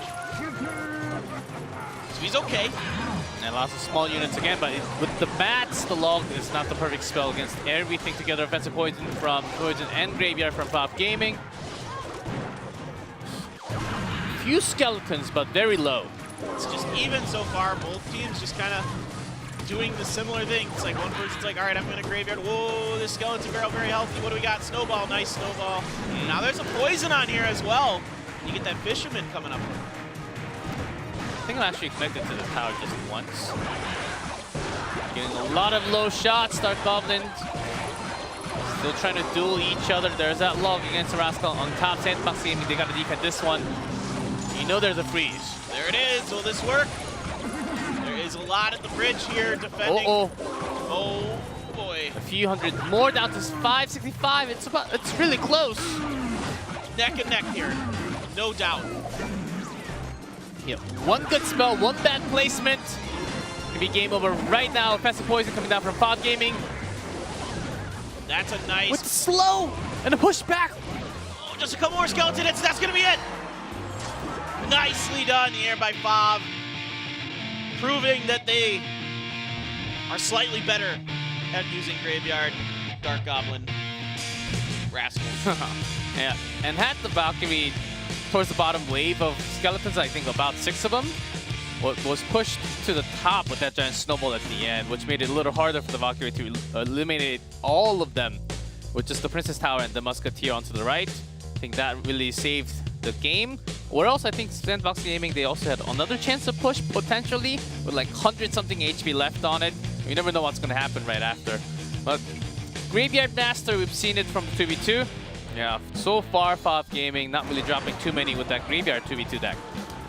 FAV Gaming just has figured out their 2v2 this season. They're 6-1 now on their sets for 2v2. That is crazy good. The Japanese teams in general seem to just play 2v2 so well. Yeah, their playstyle and also the cards, the units they actually play against the Graveyard are actually the cards they have been using for seasons. Yeah, which happens to be very close to all the spell bait decks. So Rascals, Dark Goblin, yeah, even the Fisherman placements have been excellent, really pulling in a lot of critical units, removing like one more shots. Like they would stop You know, they will stop a Musketeer in the middle of the animation and then bring it in, so for more damage. That's really good use. There's that Fisherman that got a Dark Prince and a Musketeer by himself. Yeah, with the Princess Tower locking onto it. Yeah, but that's crazy, crazy efficient. That's 8 elixir versus your 3 that you use, and that's so good. Well, 1v1 time. This is shaping up so far about how it did the first time these two teams played each other. It was FAV Gaming that won the 2v2s. It was a 2-1 that time, not a 2-0, but 2-0 this time. Now Jack, he was defeated by Icelaw last time. Can he come through and get the win for FAV this time? Yep. A strong opponent for sure. Even though Jack's having a great time with lots and lots of wins for himself. About the same situation for Icelaw. I think two of the best players in Group B for sure. It comes down to this. And Icelaw certainly has been switching around a lot compared to Jack. This time with what? Sandbox, known as a team with creativity, different types of decks. Really the meta leading team. In 2v2, also in 1v1. Icelaw basically playing everything just like Jack. Yeah, you're like the pillar of the team. You're basically playing 1v1 by yourself all the time. You just got to bring win to the team. Yeah, and these are two excellent 1v1 players, so this should be an absolute treat to watch these two play against each other here. Nothing but ice spirits and other stuff from Jack the other day, so what's he going to do today? It's going to look a little bit different, I suspect. And Icelaw is also all over the place. Tornado would be the key, especially against Jack. Let's see. That's, yeah, Jack likes to use the Hog Rider, so. Yeah, even the Minor Balloon, which is super popular in Japan. So far, just Furnace. Yeah, just going to snowball it. The bats are going to eat up the fire. Ooh, that Fire Spirit does get the jump, though. So that's a nice little amount of damage, about an Earthquake's worth of damage. I think Icelaw wanted at least one Fire Spirit to be caught in the giant snowball. That's why he threw it down right after. Yeah. Just a little late, but it's 182 damage. Baby Dragon. One of the belts actually connected into the Furnace too, so that's good for Icelaw. Alrighty. And the scratch up lava with the Flying Machine. Well, Along with the bat. That's what I'm thinking too. But it looks a little different this time. Fisherman's gonna get some slaps on the top left. He does use the snowball this time to pull it off. Now one of the pups is connected in there, so gets a little bit of extra damage there for Icelaw. But not significant. But he didn't really have the opportunity to clone it. You know, if we see a Lumberjack, then we know for sure. Yeah. Still, I think Icelaw is also waiting, even if he has Lumberjack. Very likely RG, and Lumberjack is the unit to select the target and then chop it down like the RG. So Jack's gonna test it first and then throw down the Skarmy. Yep. Yep. Yeah, hey, we know what we're talking about. And we know what it is, like basically 100% now. Yeah, that blue-green spell. Which color is it? I'm colorblind. You're colorblind. It's like teal. Blue, yeah, teal, emerald. All right, will there be a Lumberjack coming in here? No, what's he so gonna defend with? Jack predicted it, so had the skeletons already. Oh boy, all right. Saving this much time. That's a ton of damage. The Skarmy is going to end up cleaning up that Royal Giant now. Yeah. What can he do for defense there? Indeed, is that Lumberjack clone in 3, 2, 1, go. Perfect clone, Baby Dragon, Lava, and the Lumberjack to get a connection to the tower. Skeleton's getting it out just a little, but lots of punch in there. Reached. Yeah, that's a Princess Tower down. Now Jack's got to make this one work. Does he have the log here? Yes, he does there. The bat's there as well coming through. Snowball to slow up the Royal Giant shots. It only gets one. So one less shot with that Snowball. Icelaw's got 13 seconds to defend everything on the top left. Can you do it? Good Lumberjack here. A lightning from Jack. Log's not going to do it. It is too little, too late here for Jack. It is going to be Icelaw taking the first game. Man, he's a player. Yep. He takes risk, makes crazy calculation in his head. Okay, I'm taking this much damage. Okay, it's a lot of damage, but I can do more if I actually save up my Lumberjack. So had the perfect read. He knew that the log was available, but the Skarmy was the best choice. Skarmy's great. It melts the Royal Giant. You have to be really quick on the draw. Yeah. You almost have to try to predict those logs, and you kind of don't want to in this situation. Yeah, I think that's why he was waiting for the first shot and then put down the Skarmy after, just in case there is like a predictive log that's going to just eliminate everything. Yeah, because if you can get that predictive log to land, then it's real brutal, because all of a sudden you're out 3 elixir and you have nothing ready for defense. Yeah, against Rajin. The second time the log came immediately, so Icelaw was ready instantly with those bats on top. Yeah. Snowball. Really good point. Yeah. It's crazy how many steps further these players are actually thinking, understanding what cards are coming into cycle. Like 3-4 steps? Oh yeah. Maybe more than that. Oh, they're. I mean, the furthest you can reasonably like be 100% sure is like 3 or 4, because that card does it randomizes what comes back into your hand, what's outside of your hand. So, but yeah, you could pretty much start to figure out what the cycles are going to be and how you can work in there and weasel your way in, try to take advantage of it. Jack, he's not known for his Royal Giant play, so he was just, I think, trying something a little different there, and just trying to see if he could maybe catch Icelaw off guard a little bit with something he doesn't, use a ton, and just seeing if he could trick him a little bit, but nope. It was a little bit of a trickery of his own from Icelaw with that clone deck. The clone deck, man, is so scary. You have to have like certain spells to deal with it, or else you're in a lot of trouble. And Log and Lightning are not the spells you want. Yeah, not Lightning, but you do need you do want the Log because of the Skarmy. Yes. So Skarmy, Log okay. Even if it's like a Zap, Snowball, you at least bait those kind of spell out. So that's the reason why you actually have Game 2. the card, even if you're losing an elixir. Game 2 though, Jack was really close to bringing the first game for himself. Let's see if it's a 2-0 or 1-1. I mean, because if Jack, that's the standard Royal Giant deck where you bring the Lightning. Had he had it, sometimes you can switch Fireball in there if you can read your opponent. Had Jack done that, would have been a very different game. Yeah, when we had a lot of bars, we did see that replacement from time to time with the Fireball instead of Lightning. Yeah, but this time with the Ice Golem and the Inferno. Ooh, Ice Wizard here from Icelaw. So a couple different things that come up with the Ice Wizard from time to time. It's going to be the Miner here from Icelaw. A Bandit put down, good Bandit placement by Jack. Speed up, not bad. Inferno Tower locked on by the Princess Tower from the top. So both finding okay targets. Fireball from Icelaw. So that Magic Archer is not going to be a happy camper.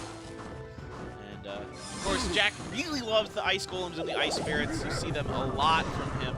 He's really good at placing them and distracting things and buying time with them. With the Magic Archer, maybe you do want to use the Ice Wizard?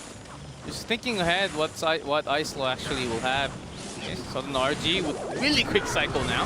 Yeah, it's going to be the Tornado on the back end of all that, so he's got to be careful with this Ram Rider. So that Ram Rider is getting pushed over to the right, and if it's healthy enough, Icelaw might opt to Tornado it over. Nope, it wasn't healthy enough, really. So a lot of damage from Icelaw's RG there. And still a good push with the Ice Wizard, plus the Miner now. It still does connect to the tower even with that Barbarian in the middle. So Icelaw's got a better cycle for now, but the double elixir mark hitting, Jack might be finding himself one good situation. Yeah, he needs to very quickly because, he's only down about 500 between the two Princess Towers, but we'll see. There's that Fireball once again. Never letting that Magic Archer even do anything. He just wants to come out and have fun. Icelaw says no. And an off prediction. So 3 shovel before the Lumberjack actually gets to the Miner. Yep, left side this time. You want to use that rage with that Ram that Fireball only hitting the Lumberjack, right? Oh, yeah. Now the Magic Archer here is as well, and the Bandit Dash comes through. Oh. That is going to be Princess Tower down. Little less than 500 to go for Ice Law. Saving up for RG push. All right, we need to use, yep, exactly. You can use it, lock it down, and then get the Lumberjack for in there. days, and that's gone. Jack coming back strong with that major push with just one. It wasn't even a mistake from Ice Law. No. Jack just making a next move a little faster. Nope, Ice Law was kind of forced into that fireball, and then Jack's like, well, now that you used it, now I can use my Magic Archer, and that's a real pickle for Ice Law. Yeah, even if that fireball actually hit the Ram Rider, maybe not tower down, it was significantly enough damage, even after the final RG from Ice Law. So it was going to be tough regardless with the upcoming cycle. Yeah, really tough. You see that Bandit up on the top right. Did a lot of work up there. That's where all that damage came from. And here you go. That fireball's in front because he had to do it. Jack knew it. Jack knew he could place that Magic Archer safely. And then it's all she wrote. Yeah, even without that Ram Rider. Yeah, Bandit Dash, still the Magic Archer was still really healthy on the back. Had all the piercing shots. Bandit actually making its way.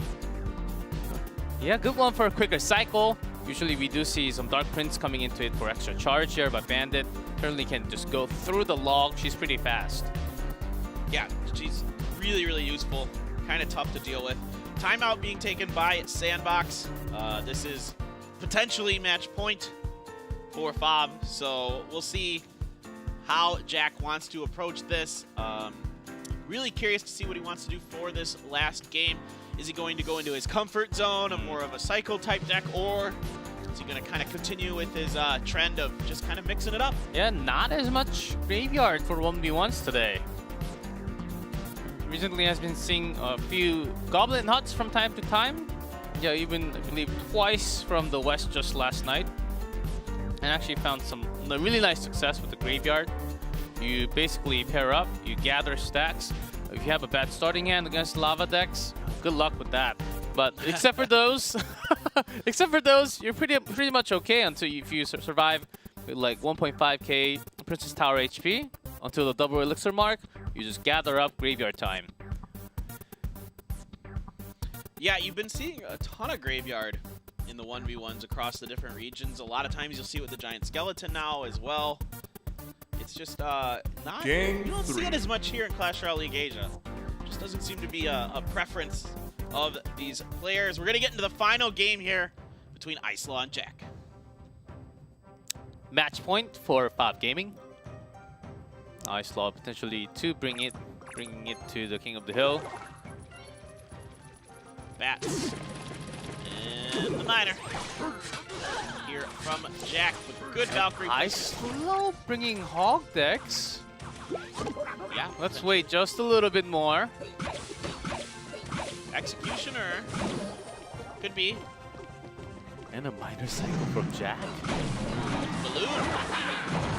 Balloon here from Ice Law. The mortar gets 2 shots. So now we've got an executioner and a miner. How is Jack going to defend this? Those bats are okay. Buys him a little bit of time. At least you're not taking any executioner damage on your tower. Yeah, that's the important thing. Miner can do a lot, but one executioner damage would do a whole lot. 2 executioner axe throws kills a miner. 2. It kills a lot of things. Nuts. Not just Miner. Miner has a boatload of hit points. Yes, executioner does have a lot of damage points. Yeah, oh, rip. All right, that Valkyrie's going to be taking a little bit, but that mortar placement, very good here. Actually reaching the tower with the shots, not bad. Miner taking down the dart. Yeah, oh, great. So overall, Jack getting a shot of mortar into the tower, plus the miner shots coming in with this coming cycle. Not too shabby. Yeah, Jack placing these on the corners because it's pretty likely that Ice Law has a tornado in here. You pretty much always see it paired up with Executioner. Not like 100%, but pretty darn likely. And with the Valkyrie as well. I mean, those synergize well. Yeah, and a great change with the Dark Goblin instead of Spear Goblin here. allow you so much more range and actually less room for less effective use of Valkyrie, just getting all those goblins out. And if it's a graveyard, then you got great defense against that. That too. Luna to the left. Predictive Miner perfectly working. There's a Dark Goblin gone and a Zap gone. Locked onto the mortar, so he's got to put something else. That'll do it. That's good enough. Yeah, towards the other side. A few spears gonna get chucked in there as well. Still gonna get the death damage, but the death damage from the balloon not super awful. Yeah, another balloon onto the left. The Valkyrie drags it with that mortar. Miner once again, perfect prediction. Really, really good here from Iceloff. This time needs another snowball. Yep, he's got it. I think that's just not enough. Yeah, just not. It's gonna get the one drop there. That's big. Yeah, that's huge. Now in double elixir, Iceloff is finding ways to get through. The Dark Goblin is already down. Yeah, and it's going to the right side. It's not catching. Oh, it does with the Miner. It goes to the left.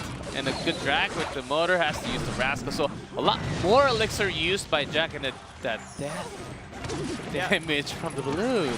Yep, Jack's just gonna take that damage here. The Zap comes through to get rid of those bats, but he is getting decent Miner damage. There's an Executioner. Just has to take one step forward and bye-bye Dark Goblin.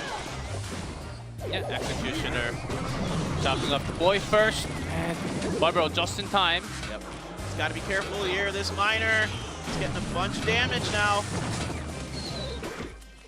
All right, 320 left. If it's not a tornado on the back for Iceslaw, there's potential. Gosh, that Executioner just gets so much value. Jack's got to defend this. Oh, a snowball for the Miner. Oh boy. Not good here for Jack. That But death damage from the balloon. You just got to keep yourself alive. There's no other way. So Jack going all in, knows that balloon is coming onto the left.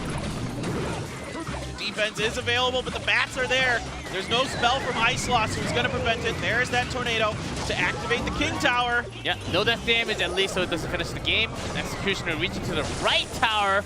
That's also a lot of damage. Oof. All right, the Miner is down. Jack's got to outrace him here. Is the shot's going to come through? Great barb barrel. Okay, so the Valkyrie Miner 182 onto the top. So a few more Dark Goblin shots plus the Babe, and that's the final one. Jack wins the game. Valkyrie gets a little too close to the motor, letting it reach the tower. Whoa! What? Man, some excellent games. What a game by Jack at the end. That was so close. He's just able to narrowly avoid disaster there. Inches away from defeat. One more balloon that gets close enough to do his death damage. I thought Icelow was going to put something down in the middle right after that. Because you knew that Valkyrie was going straight to the motor. And that's the reason why Jack put it right there onto the top right, so that it reaches the tower. He had to go offensive anyhow, or else he was going to lose the game for sure. 100%. And man, he is just able to get that extra damage. And like you said, that Valkyrie just stepped too far. And then the mortar's locked onto the Princess Tower. And that's about a fireball, a little bit more than a fireball that comes out of that mortar every time. Dang. Jack wins once again, putting FAV, OGN, about neck and neck on top. We'll have to see at the end of the standings. That's match 2. We have match 21 coming up soon. Oh my, who would have thought these two teams are pretty low in standings in Group B. Bren Esports, GameWith, next match.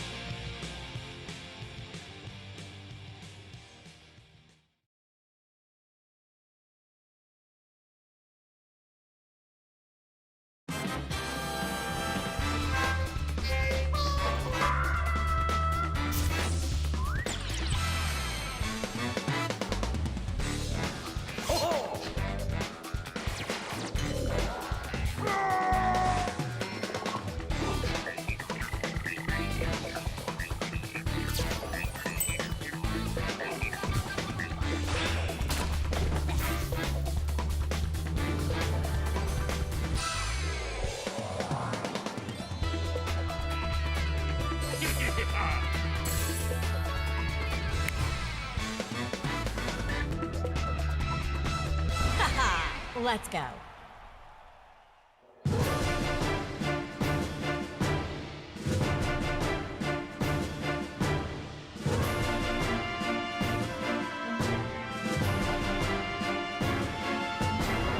Alright. Welcome back. Flasher League Asia, where we don't actually see Hog Riders too much. But lots of small piggies, lots of cool matches. That 1v1 match just now between Islaw and Jack. Really good. Exciting times. Really good. I loved that match. That was really fun to watch. And now we're going up with another really fun match. Big match for both of these teams as they are kind of underperforming for their normal expectations we have from these two. Underperforming down at the bottom two places is what you... I'll do the translation here.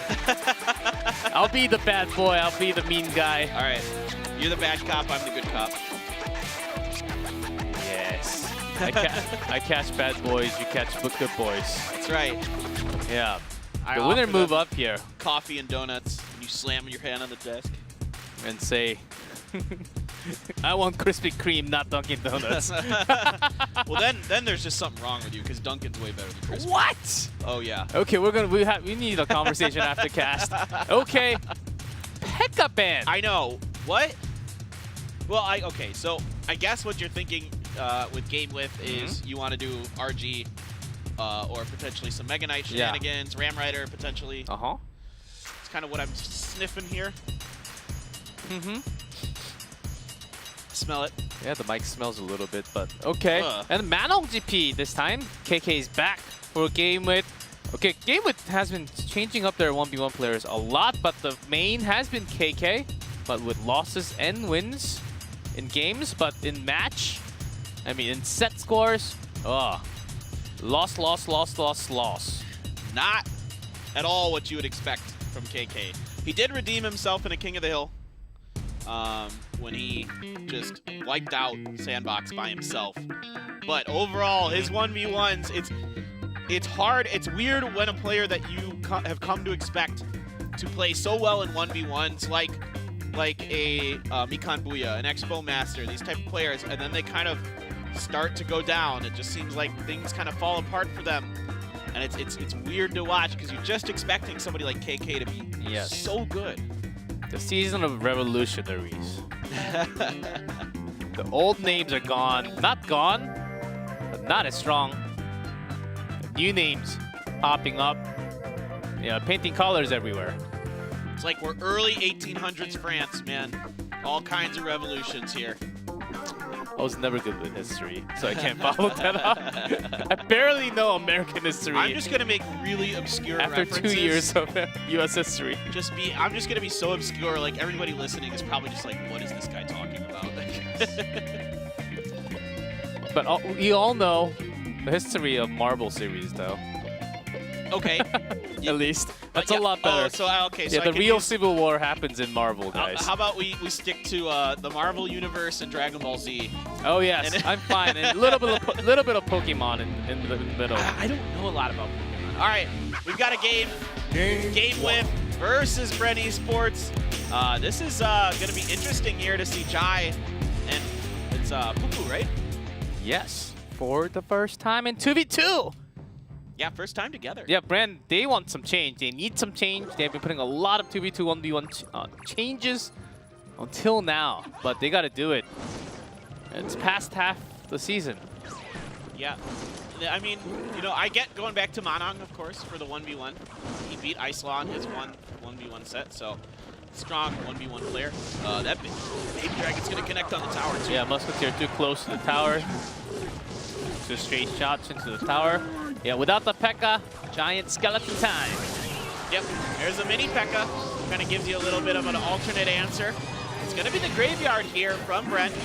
Yeah, before the actual units crossing the bridge, the Princess Tower not locked onto Dark Prince.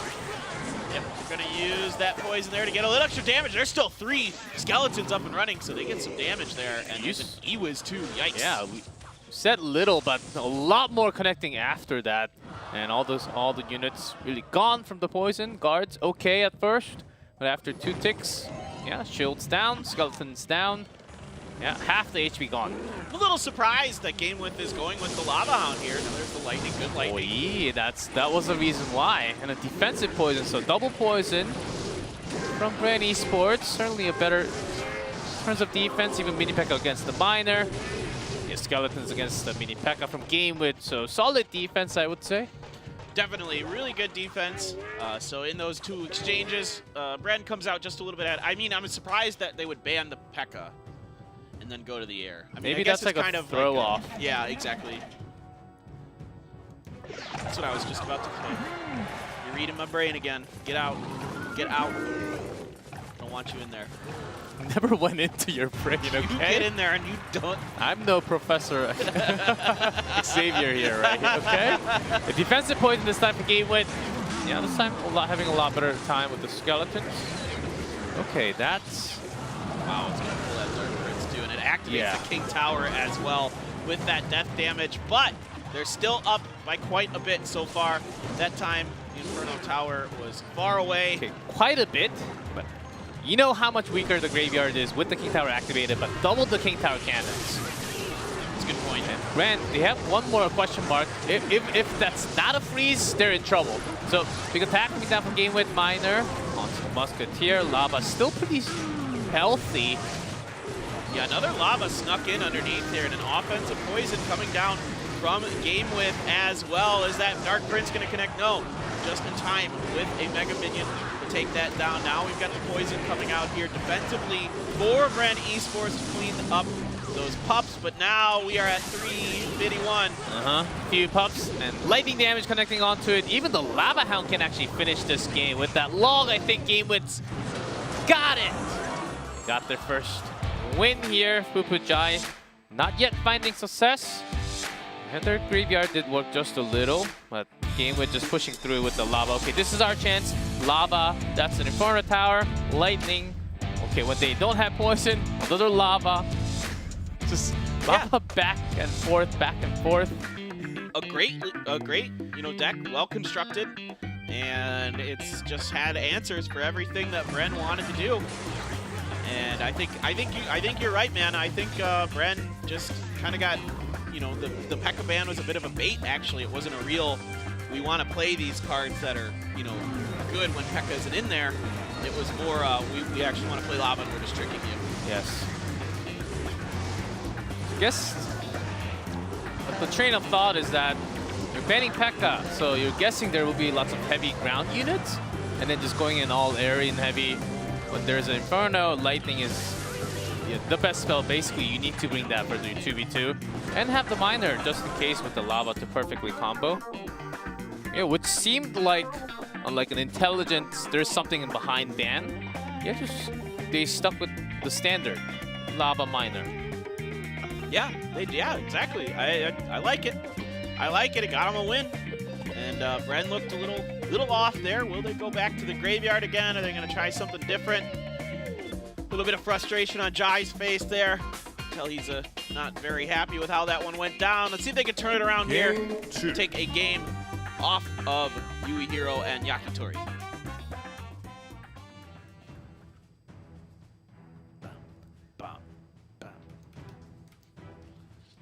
Yeah, even though Bren is down 1-0-1, maybe try something cheesy. Not the Expo as we seen earlier today. Like, I'd like to bring see a lot of clone. Another one just pushing into the tower. Yeah. So this time, GameWith looking like they have something similar to what Bren Esports brought last time, at least so far. Yeah.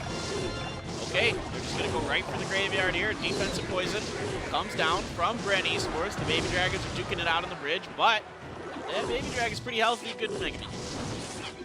Yeah, only one single scratch from Skeleton. Golden Giant Skeleton was nowhere near it, and a defensive Valkyrie not as bad. Just like the poison, and the Valkyrie moves on. But a little bit of damage done so far here. It's a slight advantage for Bren right now, but this time it basically is about the same deck between them. The Valkyrie is the biggest difference right now. Ooh, Executioner. with that giant skeleton. Imagine you would have the tornado, but it's banned. So I think GameWith is thinking freeze. For sure. Along with that to pair up just a little better. Yeah, good connection. So the defensive poison has to be used. That baby dragon gets a couple belches. So basically evened up here. This is pretty interesting. The Executioner, you probably bring that because it's really good against Lava Hound, and you'll see people like switch it up where if they lose to a deck, they'll try it themselves. We see that a lot, 2v2. So I think GameWith thought maybe Bren Esports was going to try their own Lava Hound. All right, there's the offensive poison this time. So Bren thinking, well, let's see, just get all the damage we can in here. Yeah, even the poison getting some good value. Musketeer out. Valkyrie takes some damage and then counter Graveyard Poison from GameWith all the way down. Double Dark Prince ready with the defense. Even their Inferno Tower ready. Yeah, it still gets a little bit of damage, but they're basically both playing really good defense here. This time it's a Baby Dragon and an Executioner up on the top. And another Poison as well, so that's going to be the majority of your damage. Yeah, Executioner not the best defense against the Graveyard. Sometimes you lock onto a single skeleton, not the major part of it. It has a Baby Dragon in it. Okay, let's see the counter push. Defensive poison this time from Bren Esports. All right. That's good, that's good. Now you got that Dark Prince up at the bridge with the Musketeer behind it. And he's buying a little bit of time. But yeah, again, just even Stevens. Steven Rogers would be okay with this defense too. Now we're back to Marvel. The giant skeleton from the bridge. Okay, GameWith wants to go aggressive here. Waste no time. Defensive poison again. Bren Esports not really interested in taking any damage, but good poison here from GameWith. Gonna get that E-Wiz, do a little bit of damage to that giant skeleton as well. And lots of lead from GameWith by being a little bit aggressive there. So Bren Esports, they don't want to lose any further, but an offensive again. They're on the aggression. And depoison. And not too many shots from the skeletons, just about one. Jeez, they're just relentless with these graveyards. Poison as well. This is really excellent stuff here from GameWith. There's finally the freeze. Now they're not ready for it. That's going to be it. Yui Hero and Yakitori. 2 zeros. Woo! Versus Pupu and Jai, their first dual pair of the season. Does not find success. And GameWith leads 1-0 in set score. Pekka Man. I think it was reverse psychology, pretty smart there. And then you bring standard. Like a standard of all time. Graveyard freeze, and then just lava miner 2v2. I couldn't really see too much difference, except for the Executioner, I guess. Yeah. That's not as common, but everything else, yes. Well, I think the Executioner is there just in case it's lava. And it's not bad against the Graveyard. It's not as good as it used to be because the range is way shorter. But it's still not bad. But we've seen the Executioner against lava just absolutely just take it to task, because when it splits into those pups, it's just one axe. Cooks all those babies into one blast. Sometimes better than a poison. Still with the poison, the pups, they go down, but pups are going to land few shots before they go down. So Bren Esports for their 2v2, Pupu and Jai today, they do not find the best hole, and GameWith loved how aggressive they were towards the end of this game. A Graveyard, okay. That was an okay defense. Try this one. Okay, try this one. They were just always a little bit ahead in Elixir. I was kind of glancing up and I'm like, geez, GameWith is really able to keep this going. Yeah. And they were able to just get really efficient results with their spells and the Baby Dragons and the Musketeers and everything. And then they just stayed ahead. Yeah, the offensive Giant Skeleton oftentimes, and like oftentimes I'm saying like more than 65%, 70% of the time, ends up getting a lot more Elixir because you get that back push after the Graveyard into your death damage, which eliminates all the counter push that's possible. So you can Graveyard again and again. Yeah, so I think that's a really wise choice by GameWith to bridge spam the Giant Skeleton, whereas we saw Bren putting the Giant Skeleton behind their King Tower. Comes the ace. Bren is in a bad situation. And here comes the ace. He's good, man, but I think KK can win this. I don't know how it's possible for KK to lose 5 sets to start his season. I just can't imagine that happening. I remember Mikambuya dropping 4 sets last season. Yep. Not 5th, though. I just can't don't quite know. recall 100%, but I believe it was 4 sets, and then played a few more 2v2s and King of the Hill, which came out to be great towards the end of the season. And he's different now in this season too. So KK might have better chances here, but still you got to overcome yourself because it was also lots of O2s in his history. You know what's fascinating? What? Both of GameWith's wins are against Sandbox. Game 1. It just struck me. They were both King of the Hills. That's really interesting. Anyway. So they basically counter Sandbox in a way? I guess. Like KK played some amazing King of the Hill games. Okay, so for minor skeletons, seen lots of minor balloon pair. Okay. Not as much lava. Yeah, this is probably minor balloon. Potentially. Could be a few other things, but I think you're right. Oh, it's Giant. Hello. We haven't seen this in a while. Hello, Giant from yesterday coming back strong today, and okay against the Furnace too. Yeah. Raged up. And there's that Musketeer. Is going to get some shots at the Baby Dragon. That is going to be a dead Musketeer here. Couple punches there. But that was a Furnace down and still two punches into the tower. If the Skeletons defended perfectly against the barrel, that could have been even worse, keeping the Musketeer alive. MonoGP off to a great start. Yeah, really, really strong start for him. We're just going to cycle the Valkyrie. KK doesn't want to reveal what's going on the back end of this. With the Valkyrie? With the Valkyrie, yeah, pairs up great with, yeah, still with an RG if you're concerned with lots of small units. Could still be a graveyard too. Yeah, with Lightning, it's a lot less likely. Yeah. So Manong trying similar things once again. Fire Spits doesn't connect at all to the minions again now. That's okay, you got the Baby Dragon, but no, that left minion is surviving here. Tornado is going to activate the King Tower. See Manong kind of pursing his lips at that one. This... Is it RG? This would be a fascinating RG deck. With that Tornado in there. I'm really curious. Both decks are a little unusual, a little off. And you get an E-Wiz, no, E-Dragon from Yeah. Manong. And there are lots of Tornado pairs with the E-Drag too, but only with the E-Drag. You're relying on a lot more rage from the Lumberjack here. So Manong's gonna connect his damage to the Miner. Now King Tower helps. Yep, all right. That Valkyrie is able to absorb minions, so only a little bit of damage. One hit there from that Lumberjack, but that's a dead Giant as he's going to bridge spam the Giant here. Zap comes through, and it is indeed the Royal Giant. Just trying to go through straight. Already Skeletons locking on at the Lumberjack. Doubled that Musketeer.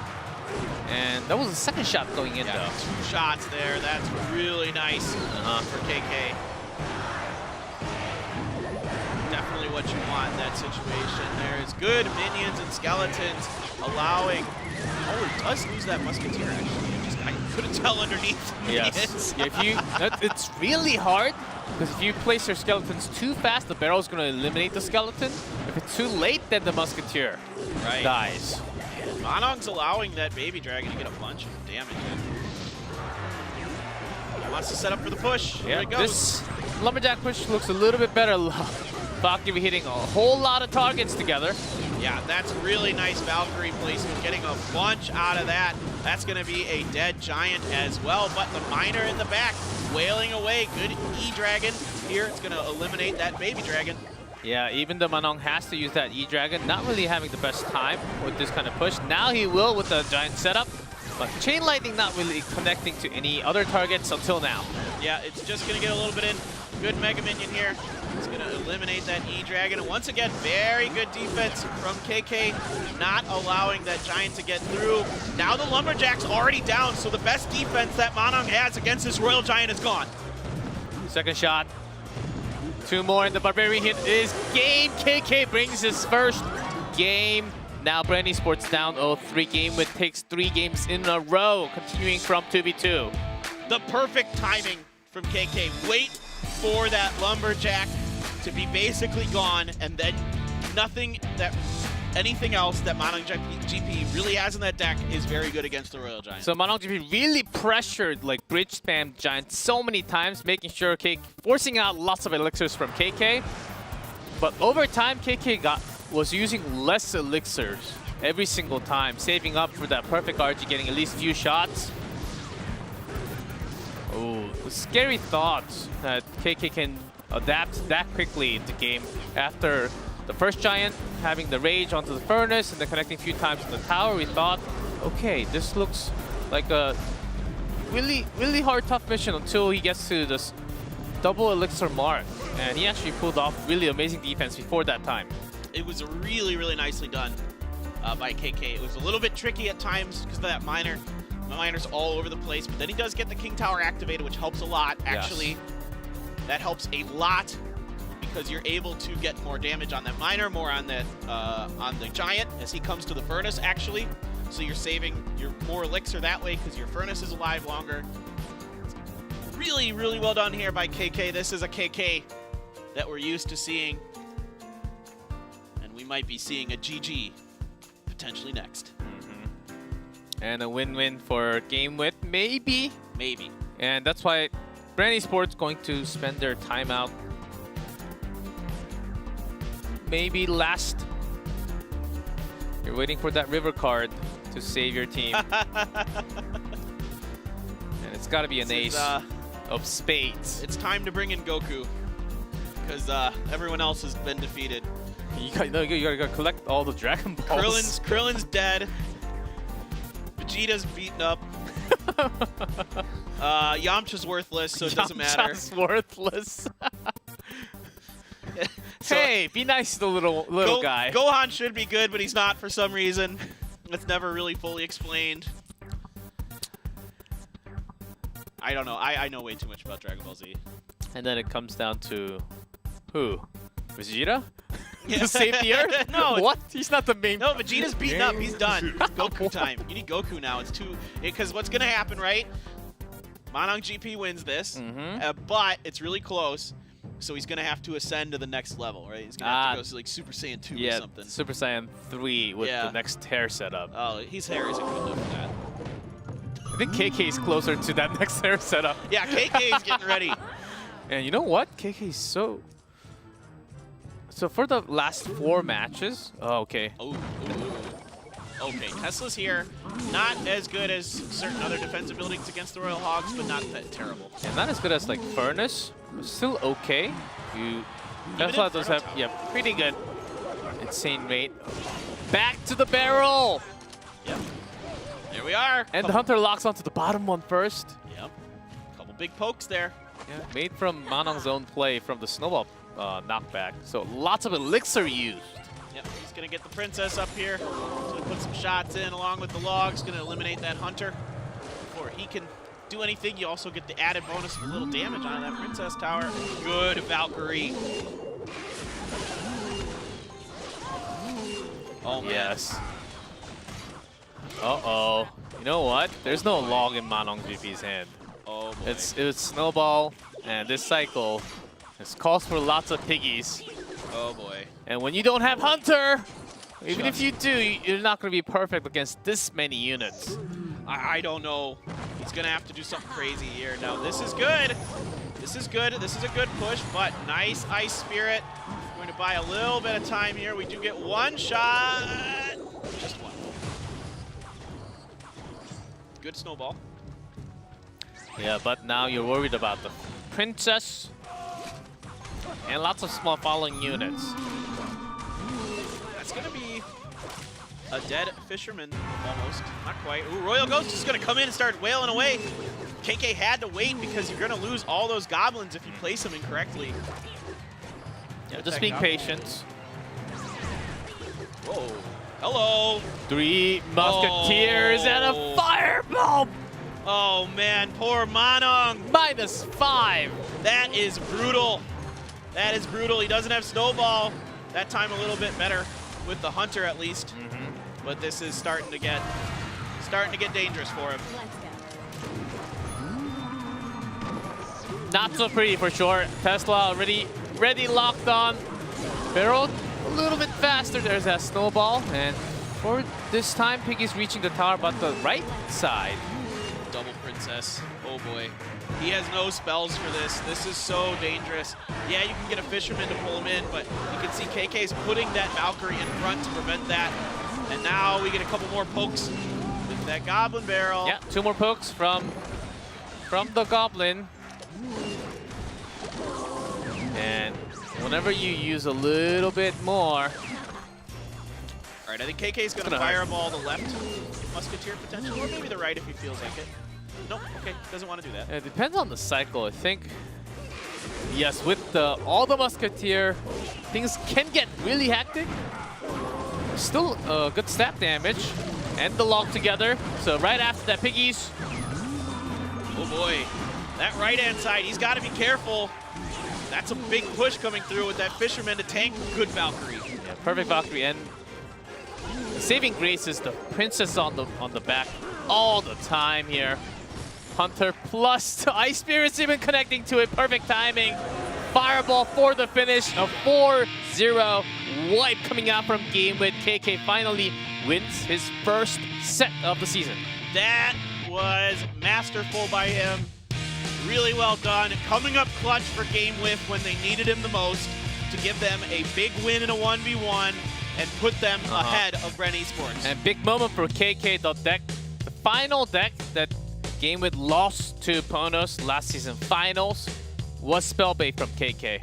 And he put his head down after a loss. He has sealed the deck for a long, long time, coming out in this bad moment for himself and a win. It's a great moment for him to come back into the season. Look at his face, full of confidence. Just excellent stuff from him today. Giving us a bit of a laugh. You get a point and a nod and a smile. And just great stuff from KK today. Of course, it's nice to see him back into form. And that was a sweep for GameWith. No games taken by Bren in that one. Yeah, also big if you have a head-to-head, same score, then we go down to games. So actually matters a lot to not drop as much games as possible. So that's the result for Group B.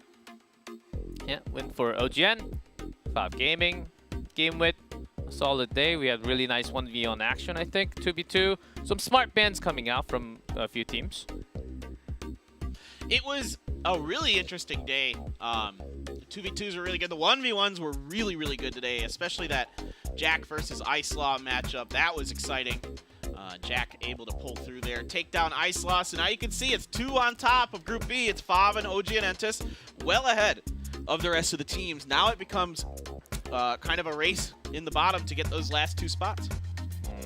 And not too many matches left.